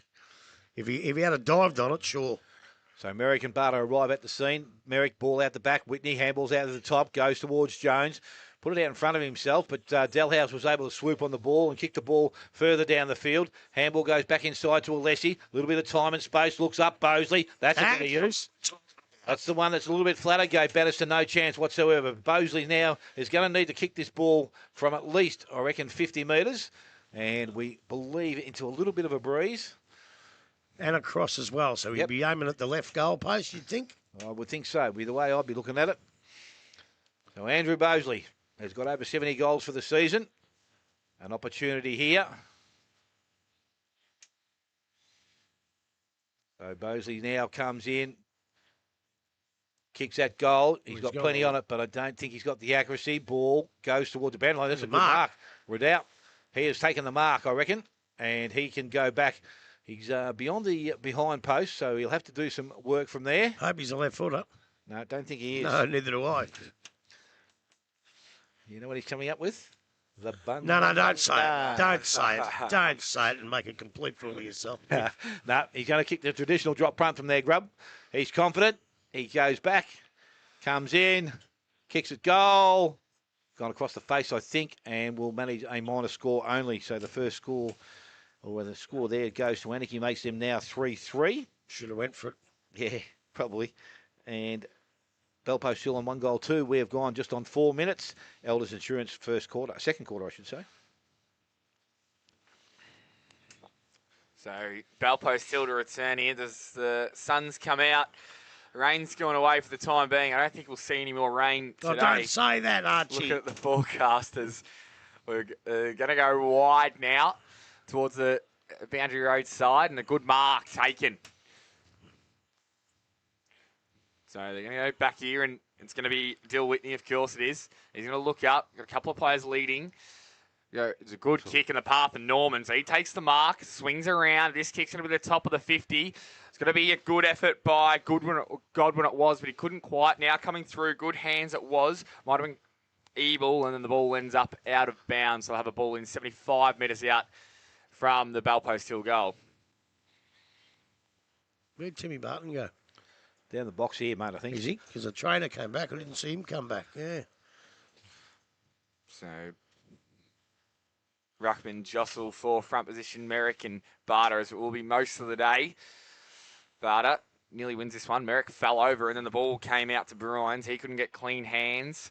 And the umpire says holding the ball. So it's going to go the way of Anakie.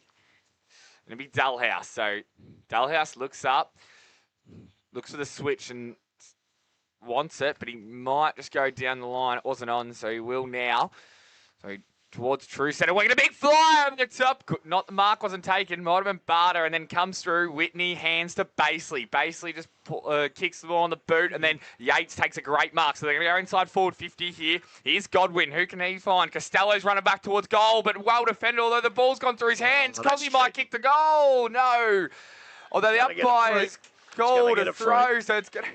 Well, was it holding after the play? So it's going to go the way of Costello, and his man did everything right, didn't he? Going back with the fight and just dropped the mark. Well, That was everything he made a mistake. Yeah. That's what I said. This ain't going to be fair because He did given up. the wrongest, laziest thing you've ever seen and ended up in his hands.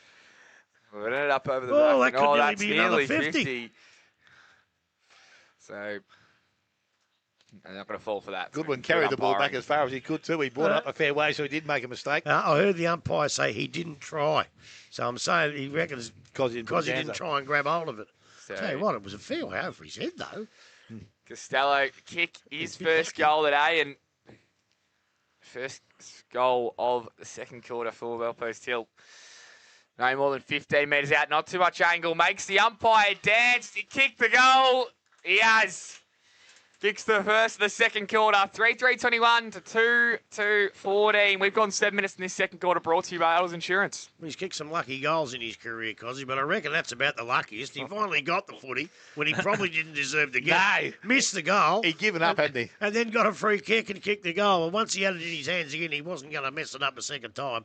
And that puts Belpo still back in the frame here at the moment. And they just moved the ball so much better going to this end. The flags are up again. It has to be an advantage. It definitely looks like it's... You watch the kick out from the behind, and it went miles. Yep. And Bosley's kick, who's a good kick, it just was a funny old kick. So ball back in the middle of the game. Ruckman at it again. Barter from that ruck contest tried to force his way through. Was taken out of his hands. Going back after it was Turcott. Ball comes out again. Barter's back on hands and knees, or back trying to work the ball out. He's got his teammate in there working with him in Cannon. Unfortunately, ball won't come out, so the umpire will come in. See, I think that's nearly holding the ball against Barter when he takes that step and a half and runs and gets caught. So Merrick up over the top this time, knocks the ball down. Rhodes leads in the race for the ball, picks the ball up, got his handball inside to Dalhouse. Dalhouse on the right boot goes back towards centre wing, gets over the top of Vishurin, runs towards Redoute, but unfortunately ball over the boundary line once again. And it's going to be another throw-in which will take place on that far side. Just probably attacking side of centre wing for Anakie.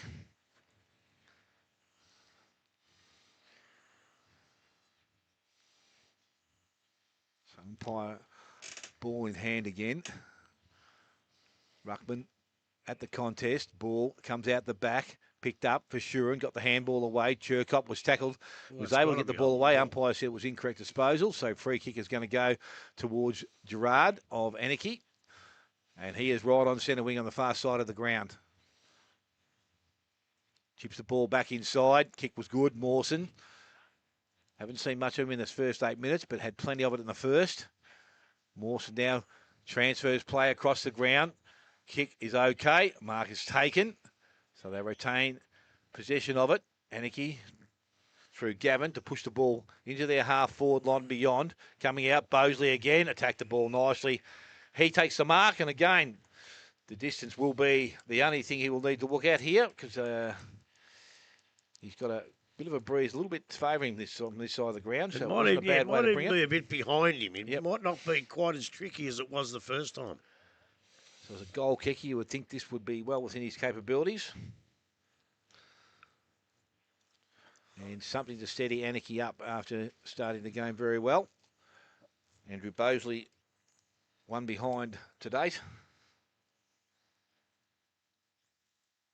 So if I reckon from just inside 50, kicks that goal. That looks better off the boot. That looks tremendous as the umpire does not move 1 inch. Andrew Bosley has got his first of the afternoon, the fourth for Anakie. They're 4-3. They lead Belpo still on 2-2. And 10 minutes have gone. Elders Insurance second quarter. I reckon that's exactly what happened there. He had to contend with which post you aim at and all of that time. Bang, straight through it. And he kicks the goal that he's been kicking all year, straight through the middle. And Anakie fight back again. So we could be going goal for most of the day here. Just have a look at that finger. It looks as crooked as you've ever seen crooked. Just cut it off and they'll put it back on during the week and he'll like it next week. He's played with 2 broken legs and a busted back. So and the spine, the spine shattered. Yeah, I don't think a finger's going to worry him, but you better tape it up, I think. So in the middle now, umpire throws the ball up. Well one out there by Merrick. Come out to the path of Bryans. He couldn't win the ball. Now in and under. Ball in possession of the team. Now Godwin has the ball. The umpire's going to say he didn't have prior opportunity. It was a good tackle on that occasion by Long. No, if the ball comes out free like that, I'd just let it go, wouldn't you? So 60 metres out from the Belpo Steel goal. It's the ball up. Merrick winning the ball again. Trying to come through and not winning the ball on that occasion. Not even Harmer. And then ball's somewhere under there. And the umpire's going to say, give it to me. So I have another repeat stoppage. So up again here. Merrick and Barter. Merrick won it down. Godwin couldn't win the ball, and then coming through, trying to win possession. It's a heavily contested game at the moment. The umpire's going to pin him. So it's going to go the way of Belpo Steel. They're going to send the ball long inside forward 50. The free kick's going to be... go out. Might be Jones. They're just waiting for options to present. It's actually Brian. So he goes out wide now, finds a player. And now they're 50 metres out from goal. Probably look for a better option here. Got Harmer, roaming if they want him. They're going to go the direction, and it's not a great kick, and Mawson cuts it off. Beautiful interceptive mark. So Mawson has the ball now. Started like a house on fire. Goes out wide. Finds his teammate in Gavin. So Gavin deep in the defensive 50 here. He's got a player on in Milne if he wants him. He's not going to go to him. He's going to go more central. It's a 3-on-1 here, and Mark was not taken, so they probably said that as a win, although it was kept in pretty smart by Zane Jones. Now they keep moving the ball forward. Coming back the other way might be Gavin. No, it was Rhodes, and he sees the ball over the boundary line just in front of the Bellpost Hill interchange bench. So, of a ball in, 75 metres out from the Bellpost Hill goal.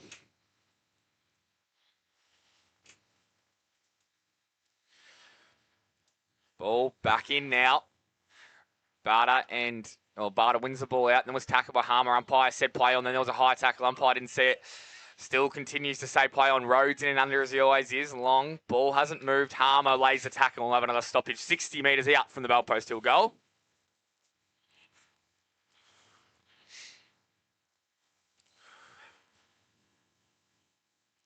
Merrick nominates as ruckman.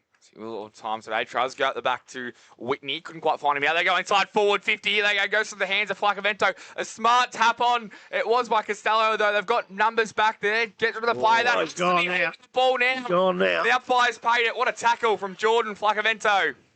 And it was smart from Cozzy to keep the ball moving forward. Creates the opportunity, and Anakie player couldn't get rid of it. Jordan Flacavento will have an opportunity to cut the margin down to 7 points. Not an easy kick. Pretty tight. Not quite against the boundary, but on the wrong side for a right footer. Comes in now, kicks. It's gun barrel straight. Kicks the goal.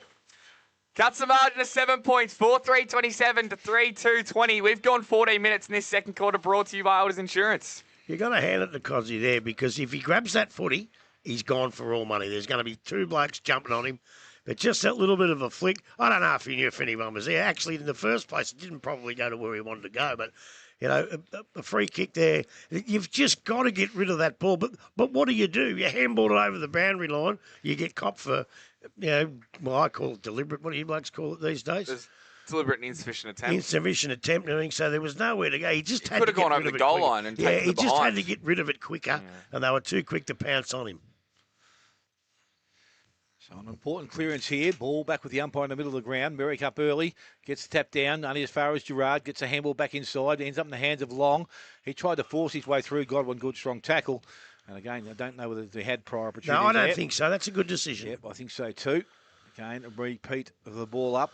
Both ruckman up time. Merrick up over the top. Ball to the half-forward line. Jones. He dives on top of it. Didn't pull it underneath himself, but good clearance out there. Gerard ends up with it. Goes towards Barter. Looks at his options.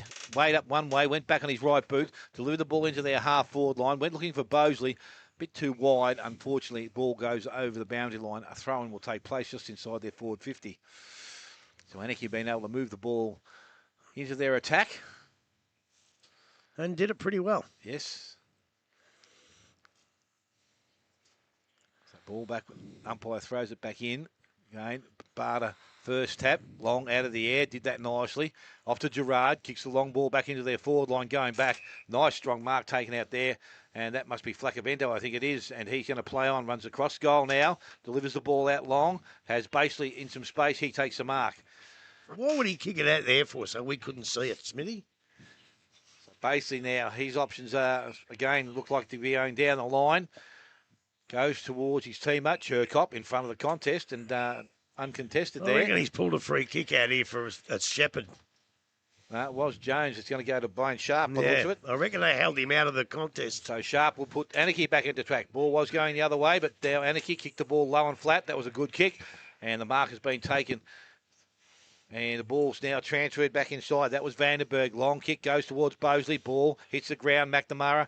He picks the ball up, goes outside with hands, and they now transfer the ball out towards centre wing. Bellpost Hill going towards Norman. Ball gets through the contest. Mawson leads in the race, and again, ball over the boundary line. A throw-in will take place far side. See how far that travelled? Yeah. 17 minutes almost gone in this second quarter. Bellpost Hill are 3-2. Anakie 4-3. So ball in, out of sight on the boundary road end now, near true centre wing. Guy has ball in hand and throws it back in now. Barter, he's been pretty good in the ruck today. It's been a great battle between him and Merrick. Ball gets parried forward. Now they might get it on the boot. It was Zane Jones who had the opportunity. Nearly gets run down. Now an up and under ball. Who can get under that? It's got a million miles up in the air, and it's nearly a great one-handed mark taken by Gavin. The umpire says play on. Now it's in a dangerous position. And they get the ball out. They can't quite. Umpire says holding the ball. So it's a sling tackle, so it's going to go the way. 50. And it's going to be 50-metre penalty as well. Is that the third one we've seen, Grub? Yep. Fourth. 50-metre penalty, and the goal is going to go to Andrew Casey. He's going to kick it from point-blank range. That's a 1-point margin at St Albans Park. 4-3. Sling tackle. 27 to 4-2, 26. I can't see how that's a sling tackle because he had the footy. We have gone 18 minutes in this second quarter, brought to you by Elders Insurance. Yeah, he paid the 50. I don't know. Yeah, I couldn't. I thought he might have been a bit stiff for the free kick, but if that's it, that's it. But again, you just can't give 50-metre penalties away here. No, as I said, it's costly. Peter Riccardi spoke about the discipline there, so Yeah. it's something that both coaches will need to address at half-time, I would think. Ball back in the middle again.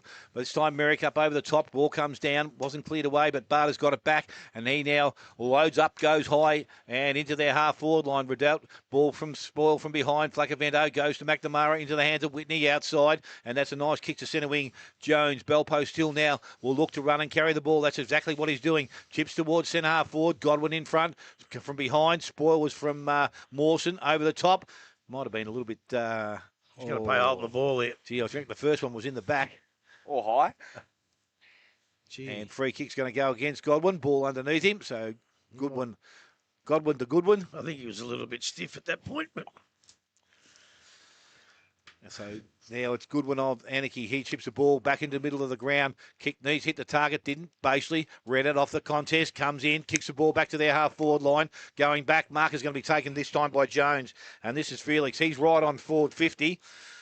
Again, probably just outside range. he might be inside range if he gets onto it. Yeah, I just reckon it might be just a bit against him. But anyway, he's going to have a look at it. He's pretty confident in getting the distance here. The score will tie things up. A goal will obviously put them in front. He's got his head down, which is something else coaches don't like. Plenty of options to present while he's doing it. And he steps in now, and he's going to kick from 55. Kicks long. He's not going to get the distance to the pocket. Ball spoiled. Come down. Gee, that's a good trap on Mawson. Gets the handball back outside. Reckon that might be the hands of Roberts. His kick. He's trying to get the ball through towards Gerard. He was tackled, Godwin, and ball. It was a solid tackle, actually, and an incorrect disposal. Gerard comes up with a free kick, goes back, and lands the ball just inside the field of play. Cannon comes up and takes the mark. Cannon now wants to go. So he's now been called to play on, and he kicks the ball back towards centre wing. Ball going to get out the back. No, it doesn't. Kicked off the ground there, and it was Merrick. Goes towards Whitney. Ball from Delhouse up over the top, and it's going to be held up inside there. Umpire, again, this time will have a ball up. Getting darker again. I'm not too sure. That rain's not far away. But No, Archie said it's not going to rain again. all right, we'll take him on his trust. Ball from the contest. Barter again takes it out of there. Long kick into their forward line. The race is on. Who's going to be the first to arrive? Flacavento's going to be getting there. Bosley also arrives. Good tackle there from Flacavento. Got the handball over the top. Went out towards his teammate there, and Ebel. He's also tackled, brought to ground. Ball goes over the boundary line. Please don't throw. That's a good call, umpire. Yeah, they've been really good on that. I spoke to Jock about that this morning. They've really been used their common sense to determine what's deliberate and what isn't. Yep. And they've got it pretty right, I reckon. So in front of the scoreboard here at St Albans, the ball is going to be thrown back in. And moving into the ruck this time is Wilson. Looks like he's going to have a little bit of a go there. Barter, the advantage, takes the ball out of that run contest. And again, He kicks the ball a long way in the air, so it gives plenty of time for players to get under. Dalhouse over the top, kicked off the ground there. McNamara through the glue pot. Ball can't be picked up there, Norman, but he's got Jones in assistance there. Has a player outside. Vashurin looks up, kicks back towards centre forward. Godwin in front. Good hands, takes the mark. So Godwin now gets on the move, goes long into the forward line. Kick didn't favour Cozzy there. Ball bounces. Cozzy again kept his feet round the body, back towards the goal square. I tell you what, it's going to be close, and it is just offline through for a minor score. He was ready to salute the crowd too, Cozzy. So 4-3. Great effort. To both Bellpost Hill and Anakie. Scores are tied up at the 22-minute mark of the second quarter. Elders Insurance scoreboard. And he is ex-Anakie too, Cozzy. So it's going to be Jake Long to return the ball in. Finds his teammate in Gavin. And now out wide to Mawson. He's had a pretty good game so far. He just takes his time, finds the right option, although turns it over. So Yates now with an opportunity. He's not going to move the ball quickly. He's going to wait for some opportunities to present. Flacavento fell over as he was trying to lead. He still might put the ball on his head. It's in the path of Cozzy. He's out of position. Coming back was Long. They've still got the numbers here, Anakie. They've got to be all right. It might be a high tackle. It is. So it's going to go the way of Anakie. They're going to get out of trouble this time. Free kick for high contact. So tucked deep in the pocket. Probably going to go down the line, and they will this time. Gavin just runs his full measure. Goes in the path of Barter. Coming over the top for Bellpost Hill was Flacavento, the Nick variety, and he sees the ball over the boundary line. So we'll have a ball in 70 metres out from the Bellpost Hill goal. So 4-3, 27 apiece here. Set up to be cracking second half. We've gone 24 minutes in this second quarter. Just having a delay in play here for a second.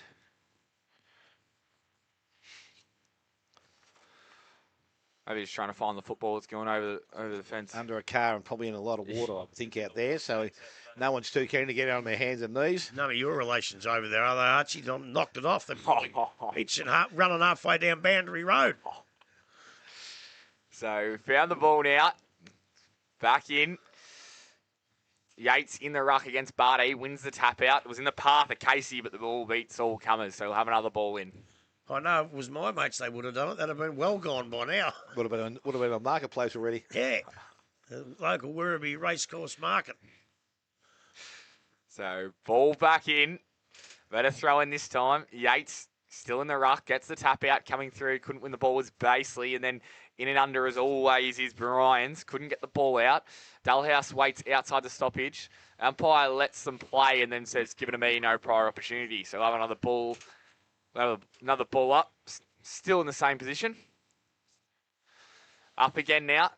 Falling over was Barter. Then coming out was Long, trying to get the handball, and then to Dalhouse. He moves the ball. Not his best kick, but it's going to work out. They're going to go through the centre of the ground now. This is the important kick. And he finds Davey. He drops the mark, although he traps the ball. That was smart football. Then spins out of trouble. Handball over the top. Here's an opportunity for Mills. And he finds a target. Goes in the path of Alessi. And he picked the ball up. He can't quite. Mills keeps running. Can't get the ball. And there's going to be a stoppage 40 metres out from the Anakie goal. Good transition play from coast to coast. Players find it a bit hard to stand up there on a couple of occasions. Why don't you just tell the truth? It is a very poor game of football, isn't it? Well, I'm just saying they've had trouble standing on their feet. But it's not a good game. Barter gets the ball down. Mills in and under again. Then quick kick from Dalhouse as he kicked the goal. He has silky skills from Lukey Dalhouse. Gives them back the lead. 5-3. 33 to 4-3, 27. We have gone 25 and a half minutes in this second quarter, brought to you by Elders Insurance. That's probably the price you pay. I don't know what you would do if you were down there, Smithy, but when you've got a pack of players down there, if there was one person that you would pick out to stand on and make sure he didn't get near the footy, would be a bloke who played AFL footy with two clubs, was one of the best players in the league, and yet he was left on his own to pick it up and snap for goal. He would be the one I would choose to stand next to and make sure one of the lesser players would have had that opportunity, because you know that if he gets on it, you could be in big trouble, and they were. So we're back with the umpire, middle of the ground. Again, Ball up. Merrick tried to take it out of the ruck contest. Barter, as he's done on a number of occasions, gets the first go, goes after it again. Got the handball inside. Dalhouse runs inside 50, kicks long, back towards the goal square. Will he have two in a minute? I think. No. 5-4 now, Anakie. 4-3, Bellpost Hill. And as we said, we've gone 26 and almost 27 minutes, so I wouldn't think a lot of time left in this quarter. See, that one you can't stop. No. But the one from a stoppage you can. Yep, Basley is going to be kicking in. Not too sure would you be looking this side of the ground, but he's decided to go pretty much towards centre wing on the far side, and that's got every bit of that coverage. Ball in front. Mark not taken out there. McNamara ends up with Yuka Miriam, and he goes inside to Davey. Davey from Anakie goes inside. Flacavento stands his ground, did that nicely, takes the mark. He's got players on the run now. Goes in that direction, ends up with Godwin. Godwin looks outside, goes towards Flacavento, gets over his head. Jones is there. Rhodes is also there. Jones kept the ball in front of him, got the favourable bounce, runs inside 50, looked up at Cozzy, went over his head. Back player, good work out the back there by Mitch Gavin. Goes over the top, so they free up a little bit of space there. Ball tipped back towards Dangerous, but kick had to be good. Long couldn't take the mark. He's tackled, brought to ground, and umpire will call for a ball up. Good call, umpire. Well, not according to the Bellpost Hill people down there. No. They're all calling ball. If he had have got to his feet and been able to get away, I'd say yes. It was but a good call. No, it was a good call. Ball, ruck contest. Again, Barter gets down there. Yuka Marion puts his head into the contest. He picks the ball up, but he is tackled straight away. Umpire will call for it once again. Ball up, similar position, about 25 to 30 metres out, directly in front of Bellpost Hill's goal. Merrick, ball out the back. Cherkop taps the ball out. Went towards Godwin. It's going to be kicked off the ground. Kavanagh, ball still runs towards the boundary line. Player is bustled over, and that was Harmer. Over the boundary line, the ball goes. We'll have a throw in. One thing they've done really well today is they're blowing the whistle quickly, so we're not waiting while the ball's under the pack. Yeah, that's a bugbear of mine, and they're doing that well today. About 10, 15 metres out from the goal now. Merrick puts it back to the top of the goal square. Davey comes through. He's tackled the first time and the second time. This time. Oh. Tough call again. I still don't know if he had the prior opportunity. He bounced out of one and went straight into the other one. Well, he was thrown out of one, really. Yeah. I don't think he was trying to get away and use. He just got tackle, bang, and I still can't see. He might have been a bit unlucky. I think the appeal was better. I think that's why it was. It was a great appeal. Yeah. So Dill Whitney from about 25 out directly in front of goal. Chips at that. Ain't gonna miss that. Straight over the umpire's head. So Dill Whitney gets his second of the afternoon and the fifth of the afternoon. Bellpost Hill now 5-3. They trail Anakie 5-4. 29 minutes gone. Elders Insurance second quarter. Well, it's probably it's a really handy goal to be able to, who knows, to go in and level at half time, because I don't think they've played this quarter as well as they would have liked to, Bellpost Hill, but they've got themselves back in and they'll probably go in almost level at half time, and they'll be pretty happy with that and try and build on that in the second half. So umpires, ball in hand. Can't be too much longer to go in this second quarter. Big fist over the top of America. There is the siren. So Anakie leading Bellpost Hill in this elimination final. 5-4-34 to 5-3-33. We went 29 minutes in that second quarter, brought to you by Elders Insurance. Goal kickers at this stage of the day for Bellpost Hill. Whitney with 2, 1 each to Flacavento, Costello and Casey.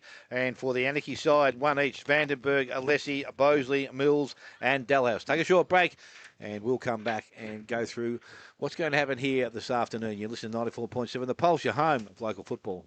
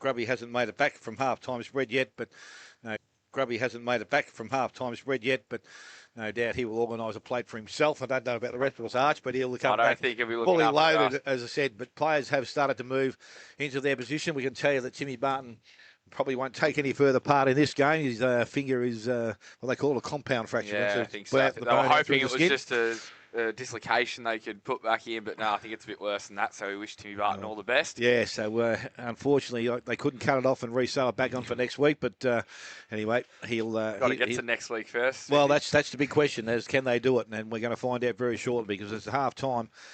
As I said, that 1 point margin, win the game, just channeling it straight across the ground. They're waiting for us again.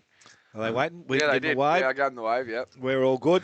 And we're up and running. Siren sounds for the start of the third quarter. Ball in the air. Ruckman go at it. This time Barter tries to do what he's done most of the game, take it out of the contest. But he was wrapped up very quickly. Umpire will call for it back. And again, the ball will be thrown up. Merrick doing the work. Barter this time got a bit of a hand on it. Went back towards Merrick, and again the ball got the handball outside. It's going to end up in the hands of Bryans, but he can't get out because players converge over the top of him. And umpire again quickly in, and will call for another ball up. Again, the buck contest is there. Merrick got the first one and the second tap out, goes back. Flacabento's in there, but Yukuba Merriam emerges with the ball. He's tackled by Yates, comes out, needs to get rid of it. Umpire said there was incorrect disposal. Free kick going bell post still way. Jack Yates pretty much just on the forward point of the cricket square, goes long into their forward line.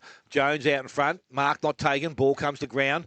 And again, it's a little bit too far away to see. He's got there over the top of the ball. Umpire is not too far away, and it's going to call for another ball up deep inside bell post Hill's attacking end. We started? Yeah. We welcome Grubby back into the commentary box. No plate. No plate. Jeez. No plate. Well, the boys were hoping to come back with some of them dim sims. They quite nice, they said. Barter, again, can't get the ball out of the contest. At ground level, we went back after it, and he got it out, but only as far as Whitney. And he shrugs the first one, gets boot to ball, puts it back to a danger spot, top of the goal square. Mark not taken. Ball come back towards ground, kicked off the ground, back towards the goals. It's going to land in there. Kavanagh, he just feeds it through for a minor score. So scores are tied up early in the third quarter, 5-4 apiece. And it's just on 2 minutes gone, P&R Foods third quarter. Timmy Barton fractured, compo fracture, Grubb to hospital.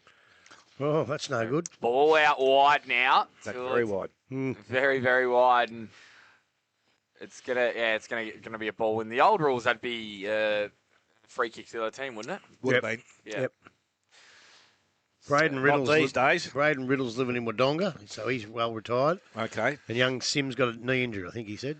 So ball back in. Merrick winning that one. He might have won the free kick as well for being held by Barter. He does. So Merrick's going to move the ball quickly into the path of Godwin. Can he get up and jump? He can. Doesn't hold on to it long enough. Yuka gets it out to Dullhouse. Dullhouse with a spiral down to Bosley. Bosley can't quite take the mark. Keeps it in front of him. Now it's a foot race. Bosley leading all comers. Still with Bosley. Long's there. Davies there in support as well. Can't quite get it. Now they've got to defend gallantly is Bellpost Hill. And it was really well done by the defender in Cherkop. He finds a man out wide. And now they're going to move the ball through the middle. Just get over the head. It does get to Merrick. So Merrick has the ball on the half-back line. Some good ball moving early in this second half. Good kick, although it wasn't his best kick, and they're still going to win possession of the ball over the top now. Felix Jones, he loves to have a run. Kicks it out in front of his teammate in Godwin. He spins, turns, tries to get it in the path of Costello. He's playing behind. Yates is there as well. Ball still in congestion. Yuka Badarian was involved, and then a good tackle laid by Verschuren. So we'll have a stoppage 60 metres out from the Bellpost Hill goal. Don't forget A&K Trucking as well. Duckers, they're sponsoring the E-Grade Netball. Thanks for your insertion. Yates over the top, fist inside, forward 50. Now an opportunity. Godwin runs under goal and puts Bellpost Hill back in front. First goal of the second half, 5-4-34 to 6-4-40. We've gone 4 minutes in this third quarter. Brought to you by P&R Foods. You've just come out a little bit better this quarter, Bellpost Hill. They've kept the ball up.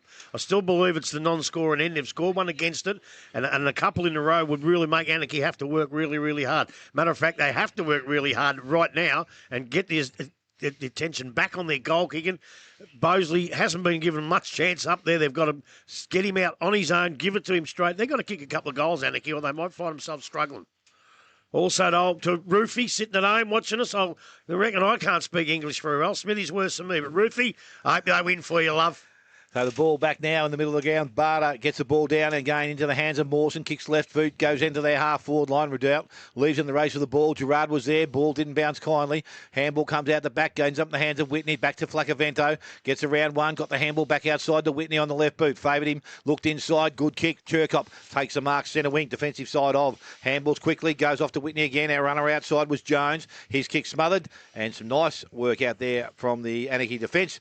And sees the ball back over the boundary line. So they'll be able to set up again now because the ball was on the move and Bellpost Hill looked to be attacking once more. Again, ball thrown back in.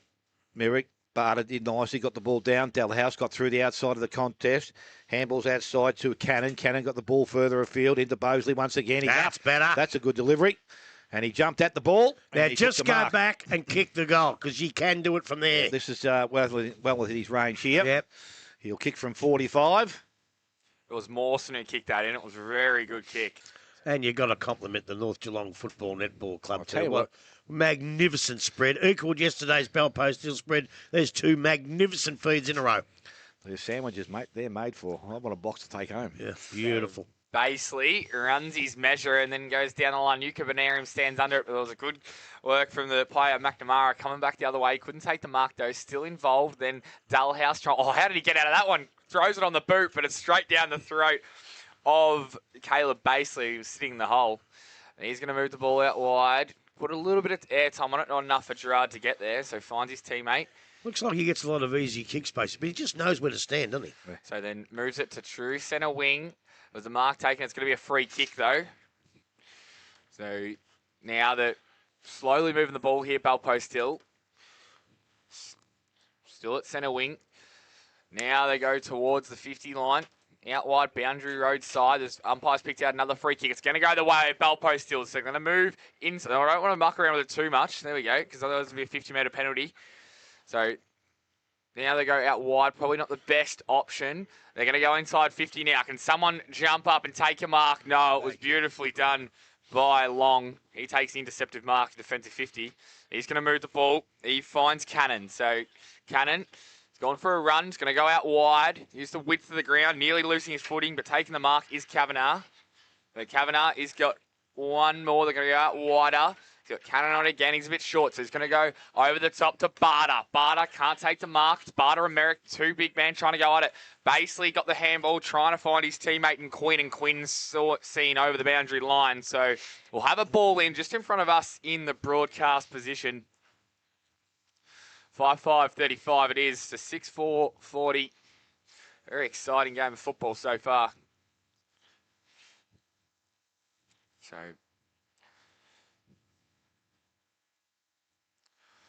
ball in now. Umpire make sure he does it properly. Gets it in. Merrick got the tap down, but it went straight to Mawson. Then Dalhouse. How good was that?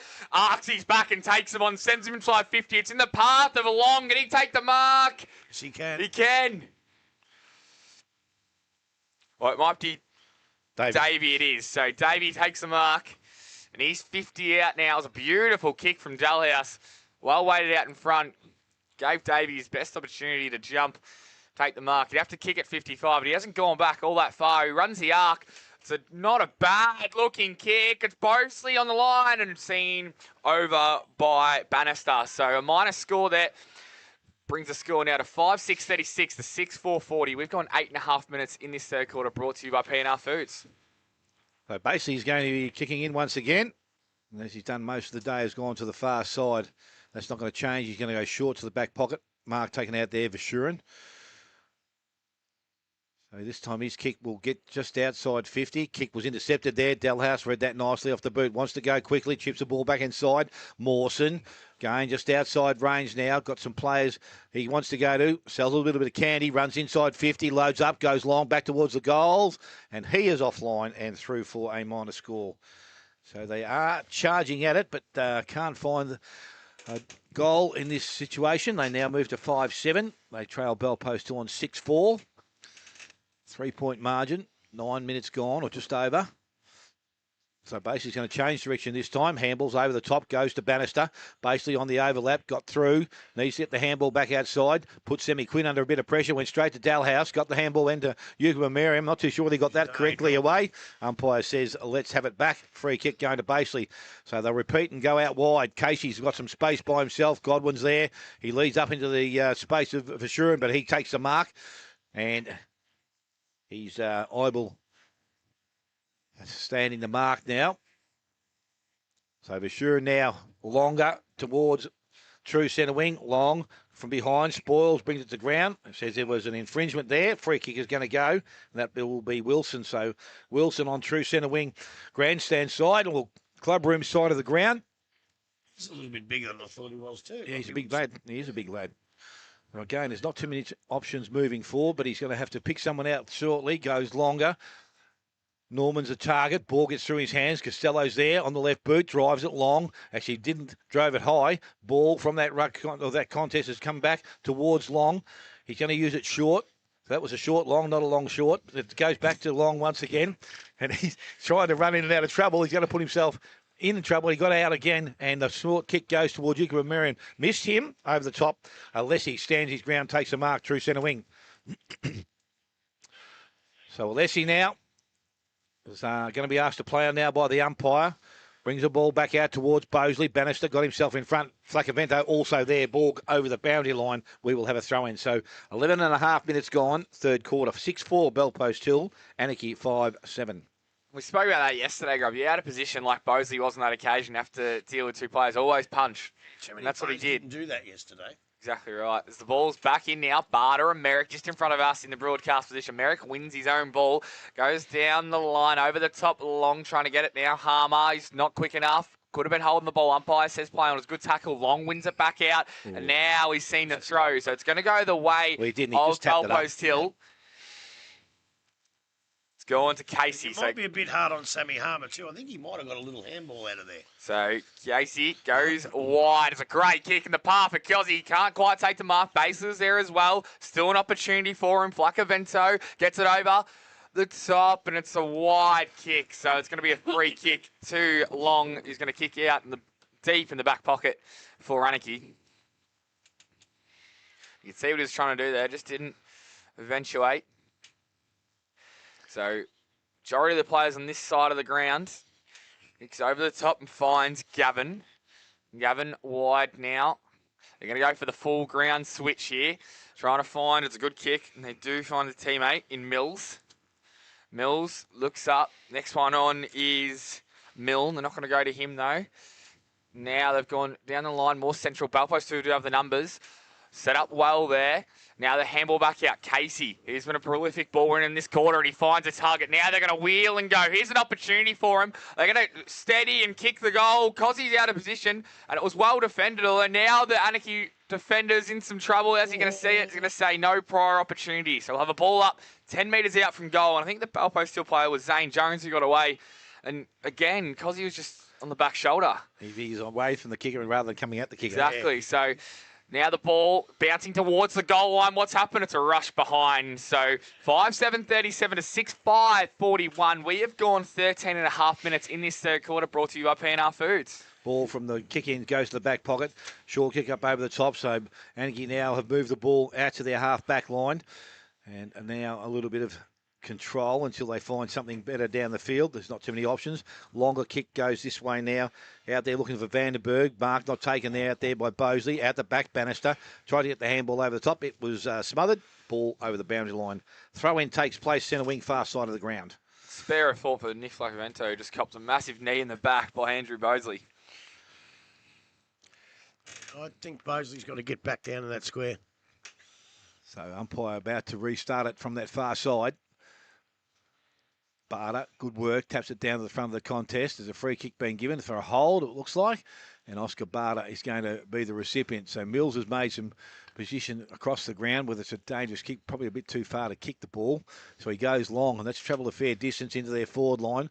Bannister did that nicely, and he ends up taking the mark. So Daniel Bannister did that very nicely. Yeah, Mosley actually pushed him into it, didn't he? Yes. Didn't get the first grab, but followed up on the second. Chip up over the top is also good. Mark taken out on the far side. Casey with ball in hand. He decides he wants to go that little bit longer now and true centre wing. Barter's there. Up. Mark is taken. And I reckon that might be Wilson once again, I think. So Wilson has taken a nice grab and goes into their half-forward line. I'll tell you what, it's a First, the shocking kick didn't kick. match the mark, and it's gone out of bounds on the full. Free kick will go to Anakie. They chip the ball back inside. That's okay. Mark is taken out there. Long turns and spins and goes inside. Also finds his teammate in Cannon. Little one up over the top again. Too much elevation there. Ball gets out the back. Flaccavento read it. Didn't take clean possession of it. Went back and collected it though. Gave it to Quinn. Quinn outside. Now from Churcop. Goes back towards centre wing. That's a great kick. Under pressure. Flaccavento turns the ball back inside. Godwin. And he takes the mark. So this is a bell post still we know. They use the ball very well. They go forward again. And again. Jones, lead up player. Hasn't been too bad again, Jones, today. He's been that lead-up player. This is where Cozzy needs to be coming at him, not going away from him. The chip up over the top, went towards Yates. Jet Mills went back with it. That's courageous, knowing that Yates is coming the other way. Free kick being given. And again, I didn't see what that was for, but it's going to go to Norman. And he would be about 35 out, almost directly in front of goal. It's a great effort from Mills going back with a fly, as you said, Smithy. Very courageous. Did not take his eyes off the football. So Josh Norman, an important kick for goal for Bellpost Hill.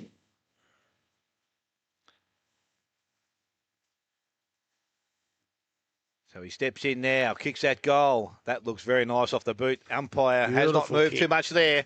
And he gets his first goal of the afternoon and the 7th now for Bellpost Hill. They are 7-5.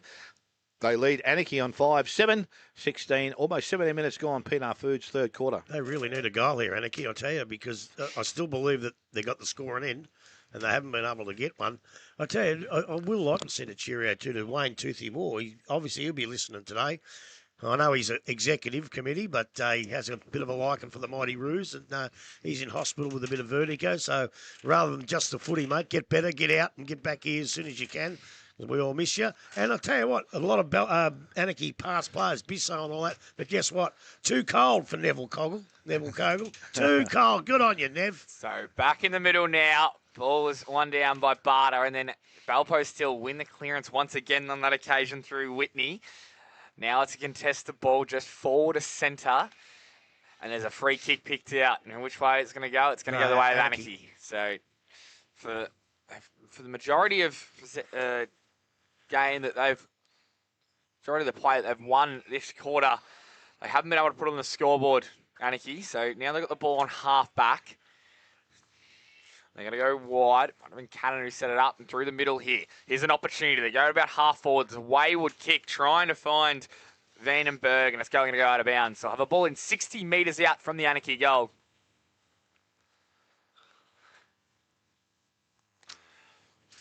It's Alex. Or Mitchell. So umpire has ball in hand now. Boundary Road side as the ball's back in. Barter gets it down through the hands it was of Churkop, and it might end up out of bounds again. It does, so we'll have a repeat of that throw in.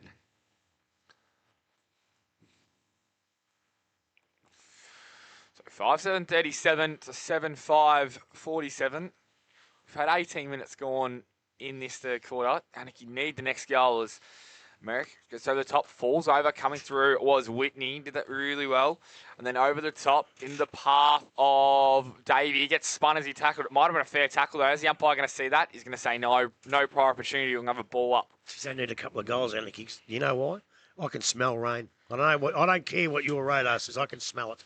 So back in now, Merrick over the top, starting to win the ball out of the middle more and more. And I tell you what, that man in Dill Whitney's having a really good third quarter. And there's another free kick here. It's going to go the way of Bellpost Hill. Flaccavento has the ball. Just forward to centre here. He's going to send him to half forward. Over the top, Castello might fly. He does gather the ball now. Here's an opportunity for Bellpost Hill. Inside forward 50. Harmer in and under. And yes, he's given a free kick away. So A bit sloppy there from Harmer on that Well, occasion. he was trying to get the footy. The idea was there, but he made contact. And they're The going way he did it wasn't Anakie good. are going to switch the ball now. Wide to Ebel. So Ebel then player next along the line is Alessi. It wasn't the best kick though. Probably could have done better. Now he's tackled. Umpire says play on. Sharp has the ball and they've moved it forward. Now Balpo still, they've turned the ball over back inside. Good defensive mark taken. For sure, and the kick wasn't the worst, but it was very well read off the boot by the Anakie defender. So now they've been called to play on. Harmer comes at the player. Over the top, and Flacavento is going to take a good mark with the Nick variety on this occasion. He has the ball. Centre wing sends Balpo still forward, and great mark taken by Godwin, I think it is. So Godwin, 60 metres out from goal now. This is the most important kick, the next one. Goes in the path of Costello. He gets dealt with. Now it bounces over the box. Dangerous ball. Would he kick the goal? No. Must have gone to the near side. So opportunity going begging 5-7-37 to 7-6-48. We've gone 20 and a half minutes in this third quarter, brought to you by PNR Foods. Ball dropping and quickly goes to Long, and he's going to look at his options. He wants to go towards the centre wing position, coming across. McNamara dived but couldn't get there. Mark had been taken out there. I reckon that's Davey. So he's now on the left boot, goes long into their half-forward line, Dalhouse.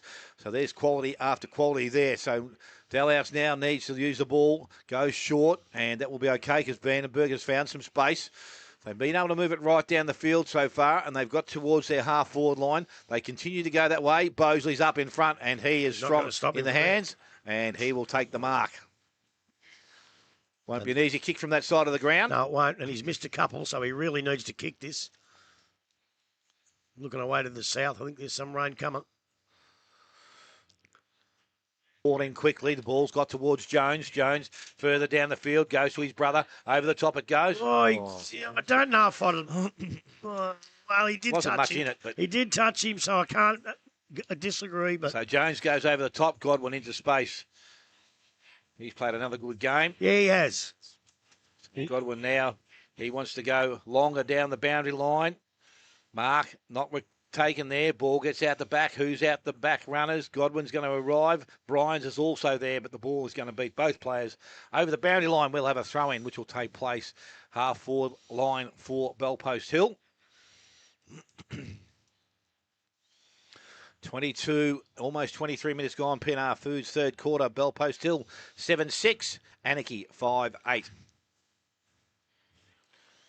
So back in now. About 40 out. From Bellpost Hill goal. Dalhouse stalks it. Couldn't quite grab it now. He's in and under there. Him and Brian's butted heads, but it's an even contest. And the umpire says neither team won it, so they'll have a ball up 40 metres out from their goal. But he's not giving a free kick. No, he's just getting the ball back. So next goal, very important in the context of this match. Goes without saying, is Yates and Yuka Benarium up in the ruck against each other. In and under might have been Yates. Trying to get the ball out now. It's an opportunity. Neither team possession of the ball. Now is an opportunity for Anakie. They go out. Good contest. Still the team now. They've got a kick out. So now Bosley's got to get back here. It's Bosley and Bannister. Bannister nearly takes the mark. Was he interfered with? The umpire says no. Now Bosley gets the handball over the top. It's going to be up to Cannon. If he gathers the ball, he does. Oh, it was McLaughlin. He's caught. Now he was purposely going for the boundary line there, but it stays in. So Bannister to Godwin. Godwin gets caught. How's the umpire going to see that? Did he get him high? Yeah, he's going to give it a hold. Godwin's gone. It's going to go to McLaughlin. So McLaughlin quickly back in. Not his best kick. The mark's dropped anyway. Should have been taken. Now Yates on the counter-attack out wide. It's Harmer and it's Gavin. So Harmer wins this one and then gets smothered. Still with the ball. Harmer still gets it forward. Kicks it now. Great kick. That's a great kick. It's his kick. teammate Norman. So Norman's 60 metres out from goal. This is the important one. The next one, and Costello takes a mark. Beautiful lead. And that's what we've been wanted Cozzy to do all day, is lead up at the kicker, not run back to goal. And he finally has. He's received the ball now and has an opportunity to make it a 16-point margin. Still going to test from there, I reckon. Yeah, it is a test from that side of the ground. So from 30, It's actually blown across. He's kicking probably back into it a bit, Smithy. at least 40 metres. Yeah, you have to, the wind coming against him. Costello. Not bad. Off the boot. Makes the goal umpire dance. There a mark on the line? There's not. It's a minor score. So 5-8, 38, 7-7, 49. It's an 11-point margin. 25 minutes gone in this third quarter. Brought to you by P&R Foods. So ball to be brought back in. Need to get things moving here. 25 minutes gone. Not too sure where they want to go. Player plays on now. Gavin, I think it is, kicks in from full back. Kick wasn't great. They're going to turn the ball over. They need to some players around the contest. They've got one. Tackle was laid. Ball's not coming out. Belpost Hill have defended that pretty nicely, I think. Have they just lost that bit of zip they had early in the game? I think so. They've really got to get that back because otherwise they'll be starting the last quarter from a fair way back. So the ball again thrown up at the centre half forward position. Over the top, Yukuba Merriam. He needs to get the ball out. Sits over the top of it. It's not coming out. Belpost Hill have got it out, but this time it's Mawson who arrives and delivers and goes on the left boot. Goes back towards centre wing. Out there, Quinn doesn't take the mark. Ball at the back. McNamara in space by himself. Ball goes back towards the boundary line. He has taken over the boundary line, and there will be a throw-in. There's a little bit of drizzle coming down, Grub. Maybe we don't get too much. So centre wing, far side. Merrick back in there. Yukuba Miriam back to the front of the contest. Picked up for Shuren. Goes long, back into their half-forward line. Ball out the back. Favours Flacavento. Just needs to pick it up. Tackled. And the siren has sounded to end the third quarter here. We'll see Belpost Hill go in at 7 goals, 7-49. They lead Anakie on 5-8, 38. Goal kickers to this stage of the day. Dill Whitney with 2, 1 each to Jordan Flacavento, Godwin, Norman, Costello and Casey. And for Anakie, all individuals there, 5. Vandenberg, Alessi, Bosley, Mills and Dalhouse. Take a short break. Come back shortly. You're listening to 94.7 The Pulse, your home of local football.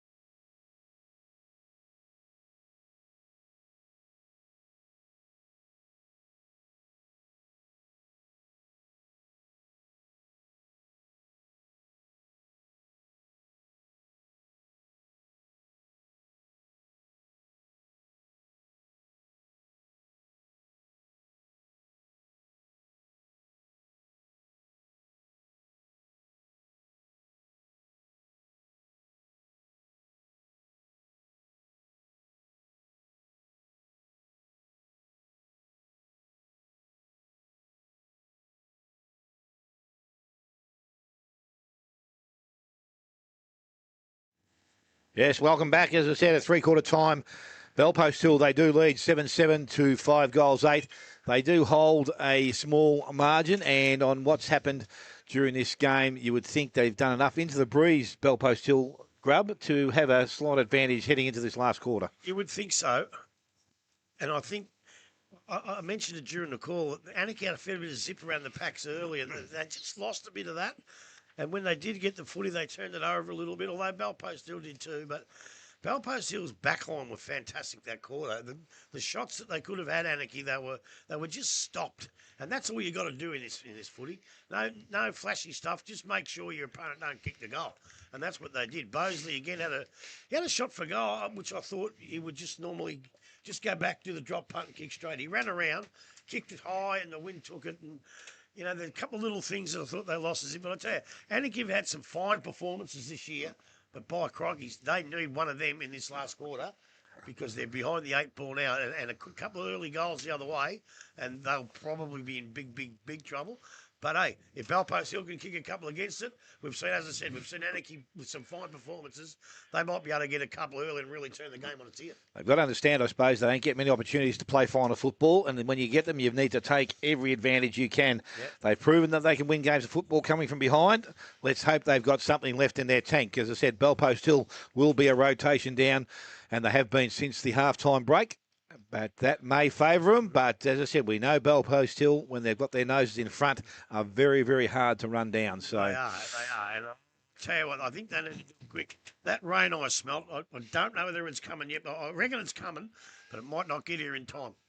So siren has sounded. Final quarter action for one of these teams is now underway. Ball in the air. Merrick up over the top. Ball comes down. Jones tries to keep the ball alive.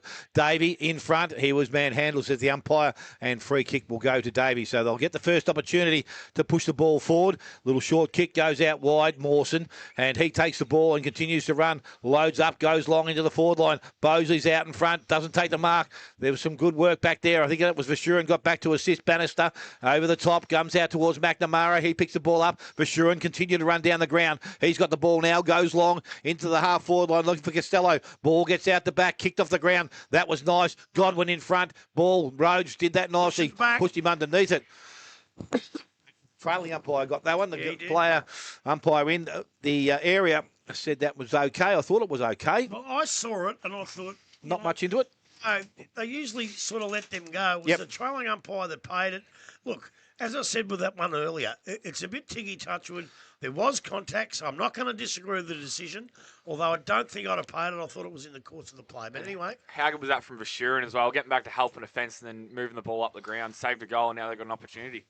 The clock's just stopped it. I don't know why I can't get it going. Godwin's coming in, kicks for goal, 40 metres out, and he is off target through for a minor score. So 7 goals, 8 now to Belpost Hill, 5-8 to Anakie. So an even 2 goals now, and we saw in that last quarter, especially the earlier parts, that Anakie dominated field play but just could not put it on the scoreboard. Well, they have to, like even when they went into attack, Bosley led to the wrong side of the ground, really. I know that's the way the play goes. You've got to structure up so you can actually lead to this side of the ground because he's proved the kicking goal from this side's easier. So kicking out now, as Bannister comes from the field, he might have an injury.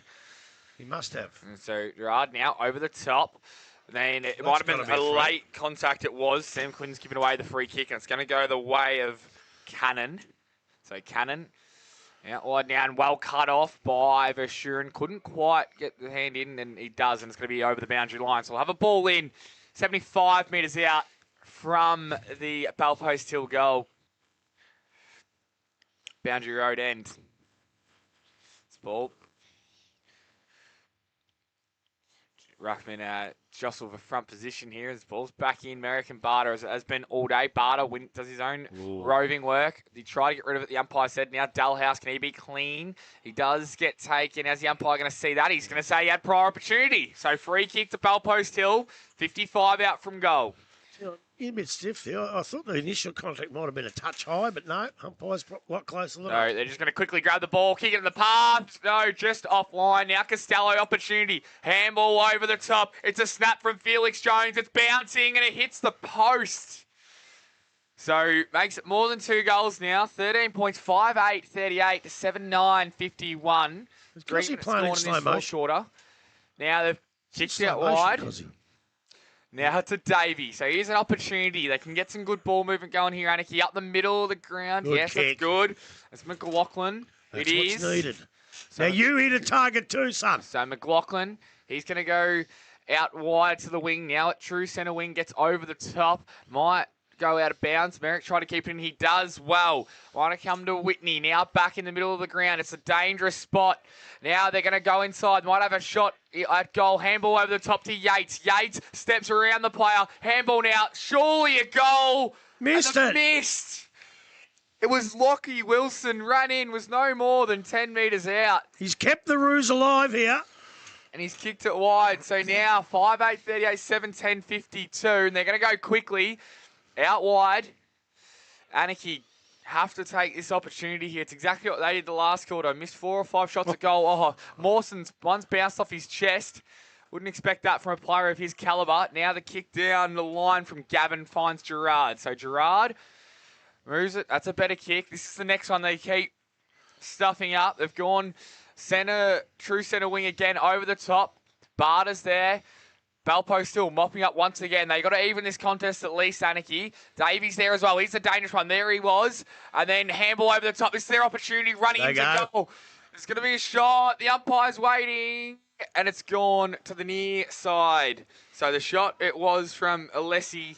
5-8, 5-9, 39 now to 7-10-52. We've gone 5 minutes in this last quarter, brought to you by Morris Finance. At some point, they're going to have to come down this side and attack from this side. You have both sides, to be honest. They just have to, because that's so hard to kick goals from the other side. Basically brings the ball out, goes to Vashurin. Vashurin's got his brother up over the top and he uses him. He can now bring the ball back towards centre wing. Yates is making position to bring the ball to him, and that's where he's going. Yates up in front. Ball gets out the back. Numbers there. Running onto the ball was Norman. Out in some space now. Takes a bounce. Put the ball down. He's been able to get through that contest. Flacavento's over the top. Kick has to be good. Just needs to get to him. Ball. Bit too much carry. He's got support, though. Whitney. Right boot. Goal. On the right. And that might just about put them away, but they are still with a chance. But Belpo still to 8-10, and they lead Anakie on 5 goals, 9. 5.5 minutes gone. Morris Finance final quarter. You are unbelievable. That might put them away. And then No. decided, I decided- I better add that in case I look like a goose. Well, I've made some big statements this year and been slapped me face 3 or 4 times. But that's the football we want. They come down this side. I know they've come out this side. But I think Anakie got to go this side. How do you left-footed kick on a right boot like that? Pure wizardry. But, look, they were playing the better footy, Balpo. So Anakie now, I'm not going to go with you just yet. Give them one more chance, will we? Come on. Let's give the Roos another chance. They've got it in there. They're getting it up there. Ball back in the middle of the ground. Merrick doing the ruck work. Big, strong tap forward. Davey come through. Can't take the ball cleanly. Ball comes out. Davey wins possession of it. Good boy. Umpire says Let's play go on. the other way. I don't know what I've done, whether I agree with that. Oh, I didn't see it, so I'm not going to comment on it. Anyway, it's going to be Jones. All I saw was Davey coming out here the right side of the ground. So Jones now goes short. Chirkop is in space by himself. He can turn and run if he wants to. Now he's going to do that. He's going to go long into their forward line in front. Ball gets out the back. Not taken. Handball comes out wide. Pressure's on Rhodes. Got the ball away. Handball. Maybe should have been a free kick there and was. It was, Didn't see the umpire standing there looking for one back in the middle of the ground. No. So free kick will go to Rhodes. Got himself in terrific position, the umpire then. So he now needs to bring, and I suppose, to be honest, they need to move the ball quickly. They need to take a few chances. Ball back into the middle of the ground. They've been able to do that. Over the top, Gavin's got a runner outside. And again, the ball has to sit and stand for Milne. He needs to pick the ball up. It's going close to the boundary line. Picks it up just inside. Chips the ball back inside. And that mark will be taken out there by Cannon. Again, the kick forward wasn't great coming through Godwin. He takes mark, and Belpo still can turn things around. A little kick back into the middle. Flaccavento. That kick also wasn't good. Chirkop had it. Ball come out in the tackle. Dalhouse taken out of the Correct contest. bump, and I don't think it was high. And Was Dalhouse will be the recipient of it. I thought he got him in the chest. Pretty much ball outside now to Davey. Davey goes out there and he's got the ball on centre wing. He looks back inside. Longer kick going forward this time. Bosley, McNamara. Bosley did nicely. Takes the mark. Can go back and look at a goal. Again, from that side, I don't know whether he's too confident here. He wants to pass it off. He's got to kick the goal. I reckon just outside range. Well, as I said, coming from this side, no probs. But they've forced all out past it. Paul Redoute is in space by himself, and he can go back, and I think he had a shot from here in the second quarter. Went across the face of goal, make that minor adjustment, and we'll give them a chance once again. Tougher angle, though. So he has one behind for the afternoon, Paul Redoute. Comes in. We'll need to kick it 40 metres. Kicks that goal. Looks okay off the boot. And I think he's got it. So they are still alive. There's a goal on the board. They're 6 now. They move to 6-9. They trail Belpost Hill on 8-10. And almost 9 minutes gone. Morris Finance, final quarter. Well, they went down that side and still kicked the goal, so maybe they know a bit more than we do. But I tell you what, even though Smithy doesn't believe it, they're back in this. You've given them away, and they've kicked the goal to put them back in it. But by gee, do they need the next one? Do they? Of course they do. Need to win it out of the middle here. Get the ball in Mawson's hands. That's what I'd be doing. I don't care whose hands it is, as long as he's got an Anakie jumper on for their sake. Plenty of time left for him to do it. So back in the middle now. Barter wins the hit out. That's what they needed. Now he gets the handball over the top to Gerard. And then it came out to Davey, it might have been, and then all the way to Rhodes. Good kick and a good mark taken. Here's their opportunity from Alessi. He's going to arc his back, take it. Oh, it's a 50-metre penalty. At the worst possible time. There must have been a protected zone infringement. He didn't call play on. It's a stand rule. Yeah, he'd moved before he called play on. And it's a decent 50 as well. It's going to bring him within 10 metres. 10 metres out. Well, if he's within 10 metres, he's got to be in the square. He's right on it. So, Alessi, their second goal in a row. This will get the crowd up and about. It does. They're still in it here, Anakie. 7-9, 51 to 8-10, 58. We've gone 10.5 minutes on the Morris Finance fourth quarter scoreboard. I told Jock this morning, and he said they've got it pretty down right. Well, they haven't. AFL umpires don't get it right. He was on his way, ready to kick it when he blew the whistle for 50. When a bloke takes off like that, it's natural instinct to chase him. The umpire's got to call play on quicker than that because that's just cost him a goal. Who knows? It might cost him a final. You've got to... I'd say get rid of the rule. I'm not blaming umpires. Get rid of that rule in local footy. So the ball back in the middle of the ground this time. Ball from Barter goes down. It comes out. Churcop ran onto it. Can't take clean possession of it. Anakie keep the ball alive. They push it forward. Gerard's got it now. Kicks into their forward line. Mark required. Who's going to take it? Big contest down there. Ball is heading back towards the boundary line. It's going to be in their half-forward line. Vandenberg arrives. Ball sitting close to the boundary line. Umpire's going to come in and ask for it to come back to him. And right on forward 50. Half-forward flank area. And again, Anakie back in attack. Ball thrown up. Barter, ruck contest, out the back. Ball again, kick back to where it's dangerous once again. Flaccavento from behind. Spoils. Alessi, I think he's put another one through. Missed it. Straight across the face. Very close. 2-2 to Alessi. And a 7-10 now to Anakie. A 1 goal the margin. And we have gone almost 12 minutes, Morris Finance, final quarter. So, going to be... Belpost set a kick out here from full back, and the last 20 minutes of one of these teams this season. So, going to go on a run now, use this side as we've said they have to for so long. And it was a late hit. Is it going to be 50? Yes, it is. Yes, it is. So, it was a mark taken by Vashurin. It was Lockie. I think it was Yuka Benarum got there late and gave away the 50-metre penalty. So, it's going to bring him to true centre wing. And he's not getting out of the way. It's going to be another 50. It's a 100-metre penalty. Roble Yuka Benarium has given away a 100-metre penalty. The most crucial of times. Anakie had all the momentum. Kicked the last 2 goals. And now it brings Lockie Vashurin within 30 metres out to have a shot to put them 2 goals up with no more than... probably 10, 15 minutes left. Biggest kick of the game. Roble, you'll be standing thinking, chewy on your boot here. Lockie Vashurin. Is he going to make him pay? He is. No, he isn't.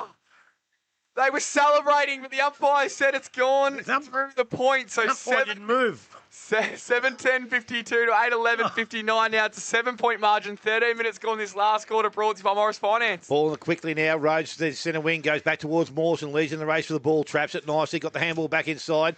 Went to Vandenberg on the right boot. Takes the ball back towards their half-forward line.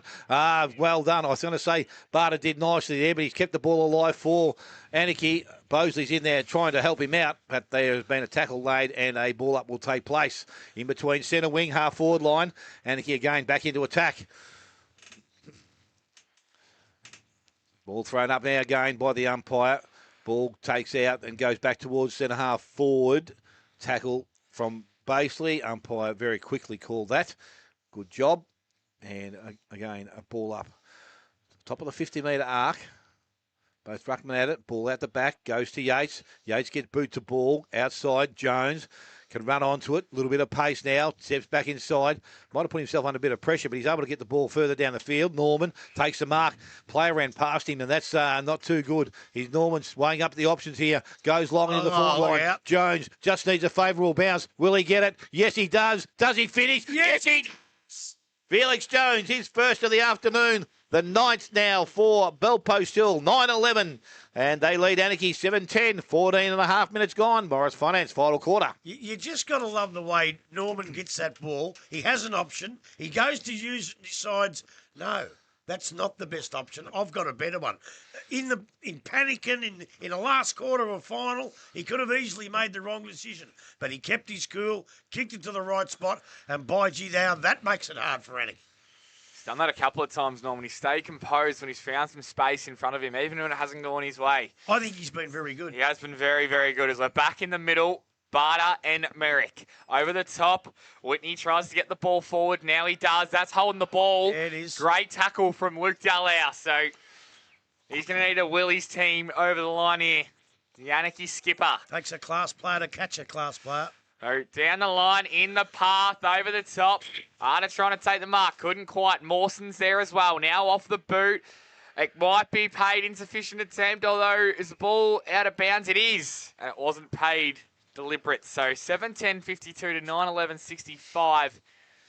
Had a couple of goals kicked this quarter, so expect this to go all the 30 minutes. Got a ball in.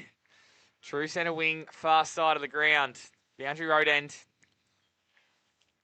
Back in now. Merrick and Barter. Been a great matchup all day, that one. Comes out to Dalhouse. He sidesteps his opponent. Now runs through. Gives him a good opportunity. Puts on the head. Bosley's coming through. Oh.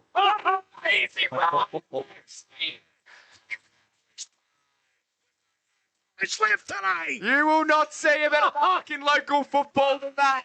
A beauty. Put the sauce in. Come of the man. Come of the moment. Mosley hasn't gone all his way today. Puts it to the tip of the goal square. We need another big fly here for Anakie. It's a free kick. It's a free kick. I didn't see what it was for, but that's a special bits of football from Dalhouse. And then also Bosley, what a mark it was. And now it's going to go the way of Long. And he's going to have a shot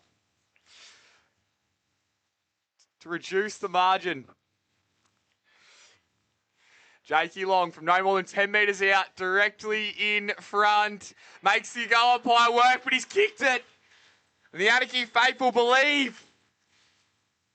8-10-58 to 9-11-65. We have gone 20 or so minutes in this last quarter, brought to you by Morris Finance. Well, they've been behind the 8 ball about 3 times. They've been in the gun. They look like they're in trouble. But in true Anakie spirit from the Anakie side that we know back in the 70s and 80s, they will not lay down. They will not go away. They're going to try it. 17 minutes gone. They can still win this, Smithy. They're in these run. They're in a They chance. can still win Well, there's this. time in the clock. right, Anybody can win a game of football. Clearance, again, important here in this instance with Barter. He's done a lot of it himself, and he might need to do it again here. Merrick, his opponent. Ball with the umpire thrown up, and both ruckman at it. Merrick, little tap forward again. Dalhouse doing his hardest, or working his hardest to get that ball out of there. Tackled by Yates, and Dill Whitney. Ball is being held up, so we're going to have the umpire ask for it back once again. So the ball up in the air now, and again, Merrick just a little pat out the side, goes towards Yates, long into their half-forward line, going back. Goodwin couldn't take the mark. Ball hits at Costello, another one of those little fancy taps over the top to his teammate in Jones, but he was tackled and brought to ground very quickly. Umpire has asked for it back again, top of the 50-metre arc, out in the half-forward area. Ball with the umpire and thrown up. Merrick a slap forward. Yates takes it out of the contest. Boot the ball. Actually went the wrong direction. Went back, carried it, or went back and got it again. Ball at ground level. Jones, quick, through the contest. And goal! I think he has finished. Yes, he has. That is a great goal. And that was Zane Jones. He gets his first, the 10th now for Bellpost Hill. They are 10-11. 8 goals, 10 to Anakie. 19 minutes gone. Morris Finance, final quarter. I tell you what, I said Anakie won't lower down. They won't go away. But Bellpost still won't either because they've got the same fighting spirit all through the teens. They won about 8 flags and they want another one. And I tell you what, whoever wins this game, the competition's so close, anyone can win this comp. And I tell you what, we are privileged to have one of the great umpires of the modern era listening to us today in the great Steve Keating. Who cares, did you say? No, I didn't say anything. The game is opened right up now. Merrick gets the ball down. It was kicked out of the middle by Yates. Going forward, spinning his opponent around. Now it's up and under. It's in the path of Costello. Pushes his man in the back. Umpire says play on. Costello's still a chance. Comes out. Dalhouse trying to get in and under. Can't quite now. Ball. Neither team has it. Kicked back now, in and under it might have been Davey or Long. Kicked in the path of Assuran. Can he pick up the ball? He can. Now tries to spin his man inside out. Did he have prior opportunity? No, he didn't. The umpire says give it to me. So other stoppage, 50 metres out from the Bellpost still going. If they kick the next one, you'd have to say it'd probably be a bridge too far for Anakie. Smithy's already said that, but He did. He went the early crow. for criticism, they've been playing those slight pushes. You can play them all, I think. So Barter grabs it out of the ruck. Now he has to get rid of it. He does. Got the ball along, and now it's against the boundary line. Mawson kicks in the path of Alessi. Good hands. No, yes. Chop of the arm. So it's going to go the way of Josh Alessi. Move it quick, son. The game's starting to open up, which is a benefit because it's easier to score now. Now Long. He's going to move the ball. The one-on-one with Bosley. He gets his man out of position, drops the mark, though. Probably should have taken it at the end. Now it's going to come back out to Mawson. Gets over his head. He's still manages to win the ball. Here's Joshy Mawson. Is that down the ground? Gets the ball forward. Umpire says play on. Flacavento drops the mark. He probably should have taken. Now he might have to get rid of it. How's the umpire going to see this? He's going to say no prior opportunity. We'll have a stoppage. True centre wing. So 8-10-58. The 10-11-71. Through the last 10 minutes of one of these teams' season. At the moment, it's the last 10 minutes of Anakie's season. Merrick gets the ball out. Here's the man they need with the footy. Dalhouse gives it to Long. In the path of Bosley. Here he goes again. It's a beautiful kick and it's straight down his throat. And Bosley's going to go back from 45, 50 metres to reduce this margin to 7 points.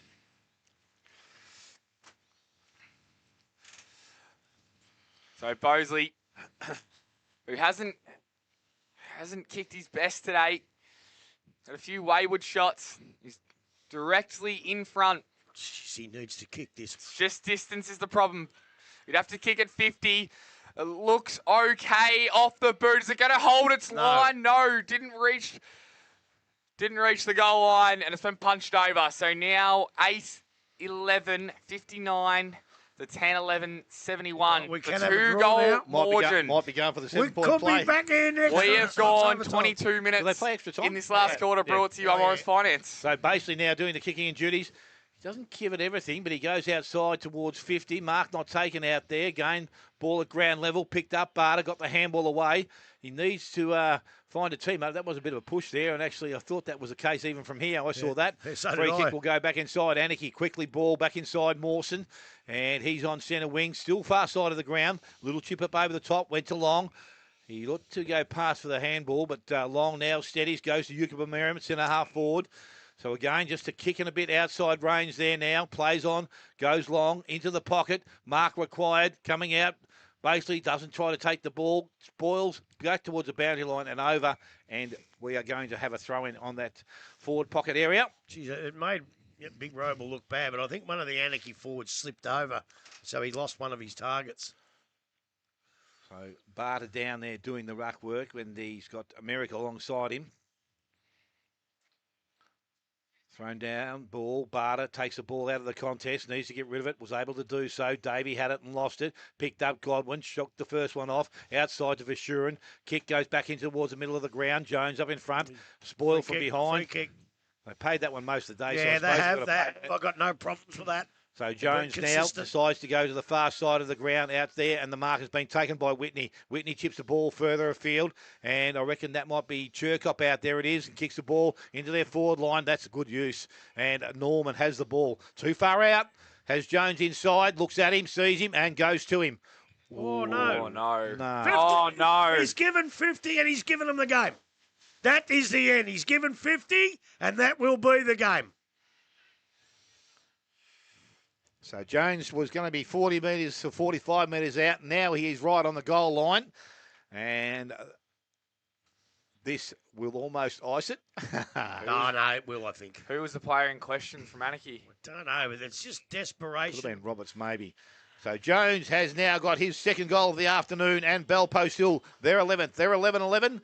They lead Anakie on 8-11, and we have gone 24 minutes.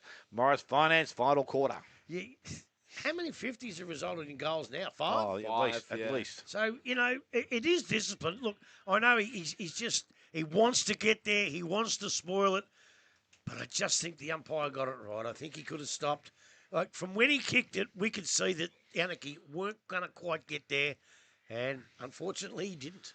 So we are back in the middle now. It's 25 minutes gone this last quarter. Has been a few goals kicked though, so maybe 5 or so minutes to go. Comes out to Yates, couldn't quite, and then in and under all of that was Quinn. Ooh, Now, as the umpire going to see this side, he's going to go holding the ball, so he must have taken the step. Well, he took 3. He had plenty of prime opportunity. So Merrick, the ruckman, wins the ball out, goes out wide. Here's an opportunity for Belpost Hill again. And then a good kick up, and they find Yates. So Yates, 65, 70 metres out from goal. Here's where they play their little hold-up football, waste a bit of time, so Anakie can't get back into it. They're all very well trained in this now. So- Chip the ball around. Anakie have to man up. Especially this mob, because this was their specialty. So Yates, happy just to take as much time off the clock as needed. Now he chips the ball. Was he fine to play it? Was well done from Mills. High. Coming the other way. It was Mills, and there's going to be a free kick. He's going to win the football. Come out to Mawson. Mawson out wide, not his best effort. Finds Barter. Merrick right on his tail, and the ball ends up out of bounds. So we'll have a ball in. 65 metres out from goal. Boundary road end side. I think they're gone, Smithy. I think you're quite happy to say it now. Oh, well, it wasn't before, but yeah, no, it's... Well, they've got to get 4 scoring shots in probably 4 or 5 minutes. Yeah, no. You just can't see and that not, happening. not into that win. Ball's back in now. Just grabbed out of the rough from Barter. They got to do everything perfect from here. Gets over the top to the long. He grabs the ball. He's got to get the handle out to a teammate. He does, and Alessi's got to pick the ball up. Both number 18s. Quinn was on his tail. Now they do win the ball out. Here's their opportunity, Anakie. Kicked in the path to McLaughlin. McLaughlin gets the ball. He's got a free man. He finds him. It's Ebel. He goes quickly now. Bosley 1-on-1 in the square. Takes the mark. He's got it. Big bad Bosley. Huge confidence from Kyle Ebel there. He just popped it up and said, I got a 1-on-1 and my bloke will win it. And he did. Got a feeling it's going to be an extra long quarter. We've gone 26 and a half, but it could be a 32, 33 minute quarter. It's been a high scoring one. And now, Bosley, to reduce the margin, he's kicked it. He keeps them in it. 9-11, 65 to 11-11, 77. We have gone 27 minutes in this last quarter, brought to you by Morris Finance. Well, I said they wouldn't go away. I said they wouldn't lie down. And they're going to obviously try right till the very, very end. Our time's against them now because they've still got a couple to kick. But look, as I said, he could have gone back for a shot. Hello, what's going on here? There's another free kick up here. Blood rule. Blood rule. Oh, wow. Wow, I thought there was an incident up there. Could have turned everything on its ear then. He's got to go through the interchange, doesn't he? With the blood rule? Yeah. I would have thought so. But they haven't. He hasn't come on through I it. don't understand that. He hasn't come on through it. Maybe you don't. Maybe you don't. Did he go off through it? Well, Redoute didn't go on through it. No, he didn't go on. Long's coming off through it. Yeah. You know, I'm not 100% sure on that. The umpire's saying something here. That's a little bit strange, that. I think he's just asked him to get off the ground quickly. Well, he definitely hasn't come on through the interchange. No. So I'll rouse up Jock next week and ask him about that. So the ball now back in the Keats. air, and Ruckman go at it once again from that contest. Yates dives on top of it, over the top Gerard. Ball kicked off the ground by Chirkop, into the hands of Yukiba Merriam. Got the handball outside. Yates picks it up. He just wants to put boot to ball. Might favour them here. Bounce required. Flacavento comes out, couldn't take the ball with him. Later good tackle on Vandenberg and held things up. So Belpo still... Who went off of the blood rule? Was it Long. Long? Well, my understanding of the rules is he cannot come back on. No, Long can, because he went through the interchange. No, but who came off? Rideau went on, not through the interchange. Right. Anyway, doesn't matter, because ball in the hands here of Merrick. He's going to deliver the ball and go out wide, looking towards Godwin. Had a bit too much on it. Ball goes over the boundary line. Well, then I don't know. Then I don't know, because Long can come back on. Yes. And right out. He shouldn't be on. No, that's why. He shouldn't be on now. Maybe it's like in cricket, it's a dead ball with the blood rule. Vandenberg wants to come off as well, but he's not going to go through the interchange either. He's not anywhere near it. Yes, he is. He is now. They haven't even got a player at the interchange bench, I don't think. Well, he won't be coming back on anyway. He looks like he's done his shoulder. The ball now is in that contest, being tackled. Now out there was Mawson. So again, Belpo still happy enough to hold things up. Jake Long's got the bandage on the knee, and he's ready to go again. So still some time. We've gone 29. How long, we don't know. Ball thrown in the air. Barter up over the top. Did that nicely. Brings it down towards Gerard again. Yates emerges with it. Got the handball out to Jones. And the ball again over the boundary line, I think. And will be a throw-in on that position. This is perfect for Belpo still. Just keep repeat stoppages. Works for them. So 29, almost 30 minutes gone. It's Belpo still 11-11, 9-11 to Anakie. So 65 out from the Bell Post goal. Anakie need to kick 2 goals. Not going to have long to do it. Barter nearly wins his own ball, then gets it out, stuck somewhere under that pack. And Bell Post still, as I said, they're going to be more than happy to have repeat stoppages here. They don't want the ball to get at this side of the ground, because every time it does, Anakie look to move it inside their forward 50 as the ball comes over the top now. Trying to win the ball in and under. Might have been a Lessie, and then Yates it could have been, and there's going to be another stoppage. There is. So far side of the ground. Centre wing. Just an attacking side of Bell Post Hill. 9-11-65 to 11-11-77. Now Bell Post Hill going to move the ball forward. In the path to Flacavento. Gavin's going to be good. He was. And then he runs. His teammate runs into trouble, and he said holding the ball. I think it was Kavanagh. So they've got the ball here from 50 out. Bell Post Hill. He's giving it to a teammate. On basically, and then in the path, the mark's taken. And you think that will be it. Felix Jones has taken it. He can take his 30 seconds. Put this game beyond a shadow of a doubt for Bell Post Hill, and they'll progress. 9-11-65 to 11-11-77. Compound fracture of the finger. Can he play next week? I've got no idea. I suppose you can strap him up, but gee. So Felix Jones put the icing on a blue and red cake. Go back from 45, run his arc, kick towards goal. It looks wide, it is. It's going to go through for a minor score, which now makes it a 3-kick game. 9-11-65 to 11-12-78. And there's the final siren. Bell Post still progress. They're now winning by 13 points. 32 minutes in that last quarter. Brought to you by Morris Finance.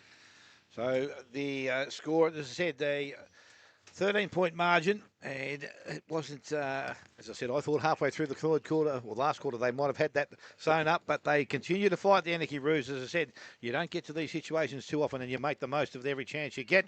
Unfortunately, they've come up short today. So that will be it for them for the season 2025. Bell Post Hill will proceed through next week, and they will take on the Belmont Lions. Goal kickers to this for the day: Dill Whitney with 3, Felix Jones 2, Flacavento Jordan 1, Godwin, Norman, Costello, Zane Jones and Casey all with 1, and for Anakie 2 each to Alessi and Bosley, 1 to Vandenberg, Redoubt, Long, Mills and Dalhouse. Take a short break, come back. and we will try and get some votes out of this game, which, again, we thought it was difficult yesterday. I think today will be even harder. You're listening to 94.7 The Pulse, your home of local football.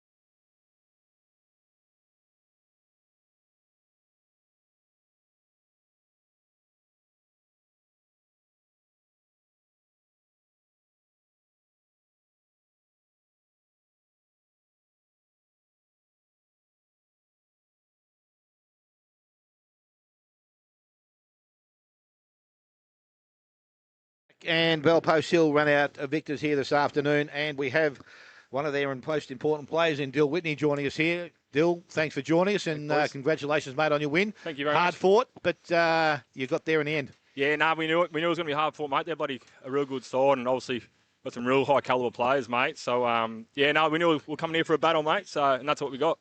You unfortunately lost big Timmy Barton before half-time, or just on half-time, and obviously the mechanical man who'll work his hardest to get back next week. Yeah. But the rotations, I suppose, does it really affect you that much with having that one less after half-time?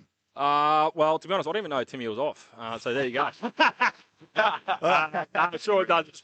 Yeah. No, we'll miss the big fella. I don't know what he's done or whatever, but as you see, mate, we've got a couple of key backs that played really well and just went down forward, which sort of worked in our favour a bit, mate. Daniel Bennis was also come off during the last quarter and I don't think he reappeared. Is he? You don't know about him either, mate, I suppose. No, that's all right. No, I don't know much, mate. I think they're wanting for you to get up there, but Grabby, you got a couple of questions for Dill Just before a he very, disappears. very quick one, mate. Yeah, mate. What's this kicking goals on your right boot? Yeah, I didn't even know I had a right foot, mate, just for balance. And yeah, I just dubbed into your rows, mate, so I'll put it on there. And one to you, mate. Hey, mate, who's your favourite player? Nick Costello. Nick Costello. Beauty. Got one, Arch? I think they're after you, mate. Yep, beauty boys. Thanks very much. Go on, boys. mate. We won't hold Thanks you for up. coming Good on you, over. mate. Thanks for coming up, mate. Good man. Yeah, so that was Dill Whitney. Unfortunately, as I said, the rest of the team are waiting for him to his group to go in. A hard-fought win there this afternoon. Disappointing for Anakie, as I said. They gave it their all. They just come up a little bit short this afternoon. But hopefully now the club that's had a taste of finals football can go away and maybe get a few extra players coming into the club. They lose a couple of points off their list, and I think they will need to get a couple more players in just to help that bottom end, I think, Grub. Yeah, my problem with that is they're on 48 points. Yep. Now, from finishing in the 5, I think they'll lose. yes, I think they they'll do. drop a few. Yes. They'll probably drop them back to 46. Yep. Well, they'll probably drop them back to 44. They'll appeal it and go 46. I think Yep. that's what will happen. So that makes it a little bit harder for them. But hey, they've come a long, long way from the Anakie we saw a few years ago, and they've a lot of hard work and a lot of players still playing from that side. They give it their all today. And look, they weren't quite good enough, although I think they'll be disappointed because they were in parts of the game you thought they can win this. They played good enough football. They just couldn't quite. I reckon there was a period in that third quarter when they had that bruise, they just couldn't play their best footy when they really, really needed to. And against a side like Bellpost Hill, who know when to play their best footy because of the players, the bloke we just interviewed, Caleb Basley, Costello, Barton, although he came up, Bowie McNamara. These blokes have been around through the halcyon days, and they just They just comfort their younger blokes. Jake Norman, his coolness, he's only a couple of 2 or 3 year player. And the young kids coming through, Chirkops, the two Jones boys. So they're complemented well by young fellas. Look, they're every chance to have a win next week. I know, who do they got next week? The Belmont Lions. Yep. So that'll be a magnificent game of footy. And again, when you ask me who's going to win, I'll say the same answer I've said all year. I don't know. Yeah, no, it does make it tough, as I said. Like, no sides really set themselves apart from anyone else. As I said, you have a good performance and you have a bad performance, and you start to wonder, how they've even got to this stage. But they've been able to do it, and as I said, it's a credit to them because, as I said, Belpost Hill had a couple of lean years when a lot of players disappeared from the club. They've got most of them back. They've been able to add a few younger players and give them players an opportunity to play senior football, which is a real bonus for them. But again, they're in a position where they've only have 38 of 44, but again, they will probably lose points again next year. They can go out and look at maybe dragging 1 or 2 more players back into this side and help things out. And again, an older side at Belpost Hill, there might be a few blokes that think after this season it might be their way to give it away and give some other kids a go, but you just don't know. But they can't afford to lose too many of them because they'll take a backward step again if that happens, I believe. So, So in other words, make A while the sun shines and win it this year. Yeah, well, that's probably what it is, and that would probably drive them to go on next year. But again, that's I don't know. That might give these blokes to say, right, we've had enough. They've won a few. Some of them, how many Caleb basically won? He's won about 5, hasn't he? Yeah, he's been up amongst it all, mate, for a very long time. So it's a great effort. As I said, the other side of things, I suppose that their performance, like Mawson, was really, really good early in the game. Probably never had the effect over the 4 quarters. Alessi got himself involved in the game a bit there. Long was good. Bosley, as I said, probably didn't have the ball delivered to him well enough early in the game. But again, it just goes to show if you can get the ball out in front and he can run and jump, doesn't matter who's playing on him, no one's going to have a chance to stop the ball. No, that's right. And the thing with him is too, sometimes you get a full forward, the ball doesn't come in, and they drop their head. He still had the confidence. He kept saying, just keep giving to me, and eventually I'll take it for him. What did he kick? He only kicked 2, didn't he? 2 Had probably the chance to kick 4 or 5, and as I said before the game, if he kicks 4 or 5 or 6, they win. If he kicks 2, they lose. So I actually thought Bannister did quite a good job on him, and I just wonder if maybe Jake Mawson had his time again. Like it looks like the forwards, when the midfielders look up, it's always who the ball's going to. It's nearly one-dimensional. You know that they're going to go to Bosley. Why wouldn't you? Obviously, he's a great contested mark. His kick, he ended up with 75 goals for the year or so. So obviously, he would have had 5 or 6 shots today, but maybe that it was getting too obvious in the end, and Balpo still defended that really well. And I thought they did a good job in defending and actually putting someone in the hole at times. Yeah, but it made it easier for him because they didn't give him the ball properly. Yeah, and enough occasions. When they did, he looked after it. When they didn't, there's not much he could do. But well, gentlemen, the time has come to cast some votes. This is too hard. I am I tell you struggling. what, this is so hard. I'm not even going to laugh at you two blokes. Oh, good. Well, you know what? I'll tell you how stupid I'm going to be. Oh no, don't be too stupid. I'm going to give votes to the Joneses as a combination. All right. All right. So I think that's the way I'm going to go. I just don't know yet, but I'm interested because I said they both played well. They provided that opportunity up forward. They're quick. They present. They provide options. It's a tough day at the office. Right, I'm going to go 1 to Dylan Godwin. Yep. I didn't think he was as good as we were last time, but I thought he was good enough. I'm going to give 2 votes to, if they win the game, his best on the ground is Luke Dalhouse. And I'm going to give 3 votes to Jake Norman because his old man was a great cricketer. Josh Norman. Josh Norman, what did I call him? Harvey. Jake. Josh Norman because his old man was a great cricketer. There you go. And his mum was the best newsreader in Bendigo. I've gone 1 vote to Josh Mawson. I thought early on in the game as well, especially at the end of it, he looked like might have been a bit fatigued from not playing, a full season of football. But I thought he was really good, really clean as well, and just a prolific ball winner for Anakie. I thought I'd go 2 votes to Dylan Godwin. I thought his hands all day were awesome. I thought he's just got that class above, that kind of that touch with the football that is a quality footballer when he touches it. Something always happens. And then I gave 3 votes to Jack Yates, the skipper. I thought he was good all day, and I thought he won the ball in and under, and also, drove their team to eventually win the game. I gave 1 vote to Dylan Godwin. You said you weren't going to laugh at me. Come on. I couldn't help it. One vote to Dylan Godwin. Again, I thought his game, I really think he's getting better and better for Belpost Hill. He's got a great pair of hands. He's good above the ground. He's also good on the ground, and he provides a bit for them. I thought Oscar Barter's effort within the ruck for Anakie to give them first use of the ball, and not only did he get the ruck contest, he actually followed up and got a lot of clearance balls out of the middle. And I gave 3 votes to the Jones brothers. 3 each. No, 3 between them. One half they each. win it. Yeah, no, they don't, because No, I think Dylan Godwin will be the winner with those votes. So I'm happy enough to do that now, because as I said, they both played well. You can't do that, you idiots. Well, I just put Jones, and no one will worry any about who it was, because half the people won't understand there's 2 of them playing, because we only call them by their surname. So that's the way I'm going to vote today. But as I said, Dalhouse was good. Long, I thought, was okay. Davey was good. They had a lot of guys down back. Some of the blokes they brought in, like Cannon today, I thought got a lot of the ball. He used it a lot short, a lot of times. And again, from the other side, it's just some players, they just... I suppose Belpost Hill motto has been just play your role, and that's what a lot of their players did today, and were able to make sure that help. Nick Flacavento didn't put too much wrong in their back end for Belpost Hill. Bannister was good on Bosley, for the amount of ball that came down and saw him. But again, he will need to get himself up for next week if he's injured as well. I think it could. I don't know. I'm having a complete guess here and assuming, but it could. It didn't look like it was. There was a anywhere heavy in knock. his body. I think heavy it might have been contest down the bottom. Concussion is what I'm thinking.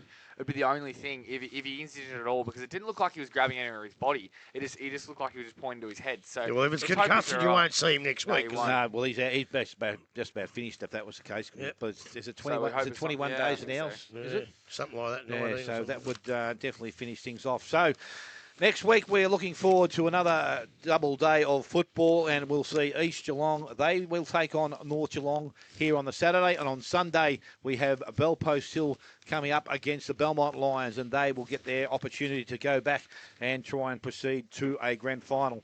So to you, Grub, to you, Arch, and to the boys out in the camera, the poor bugger on the camera out there got a bit wet early, but he's a soldier. He'll keep fighting on. And thanks to you, Tyler, too, mate. We've enjoyed what you do each week.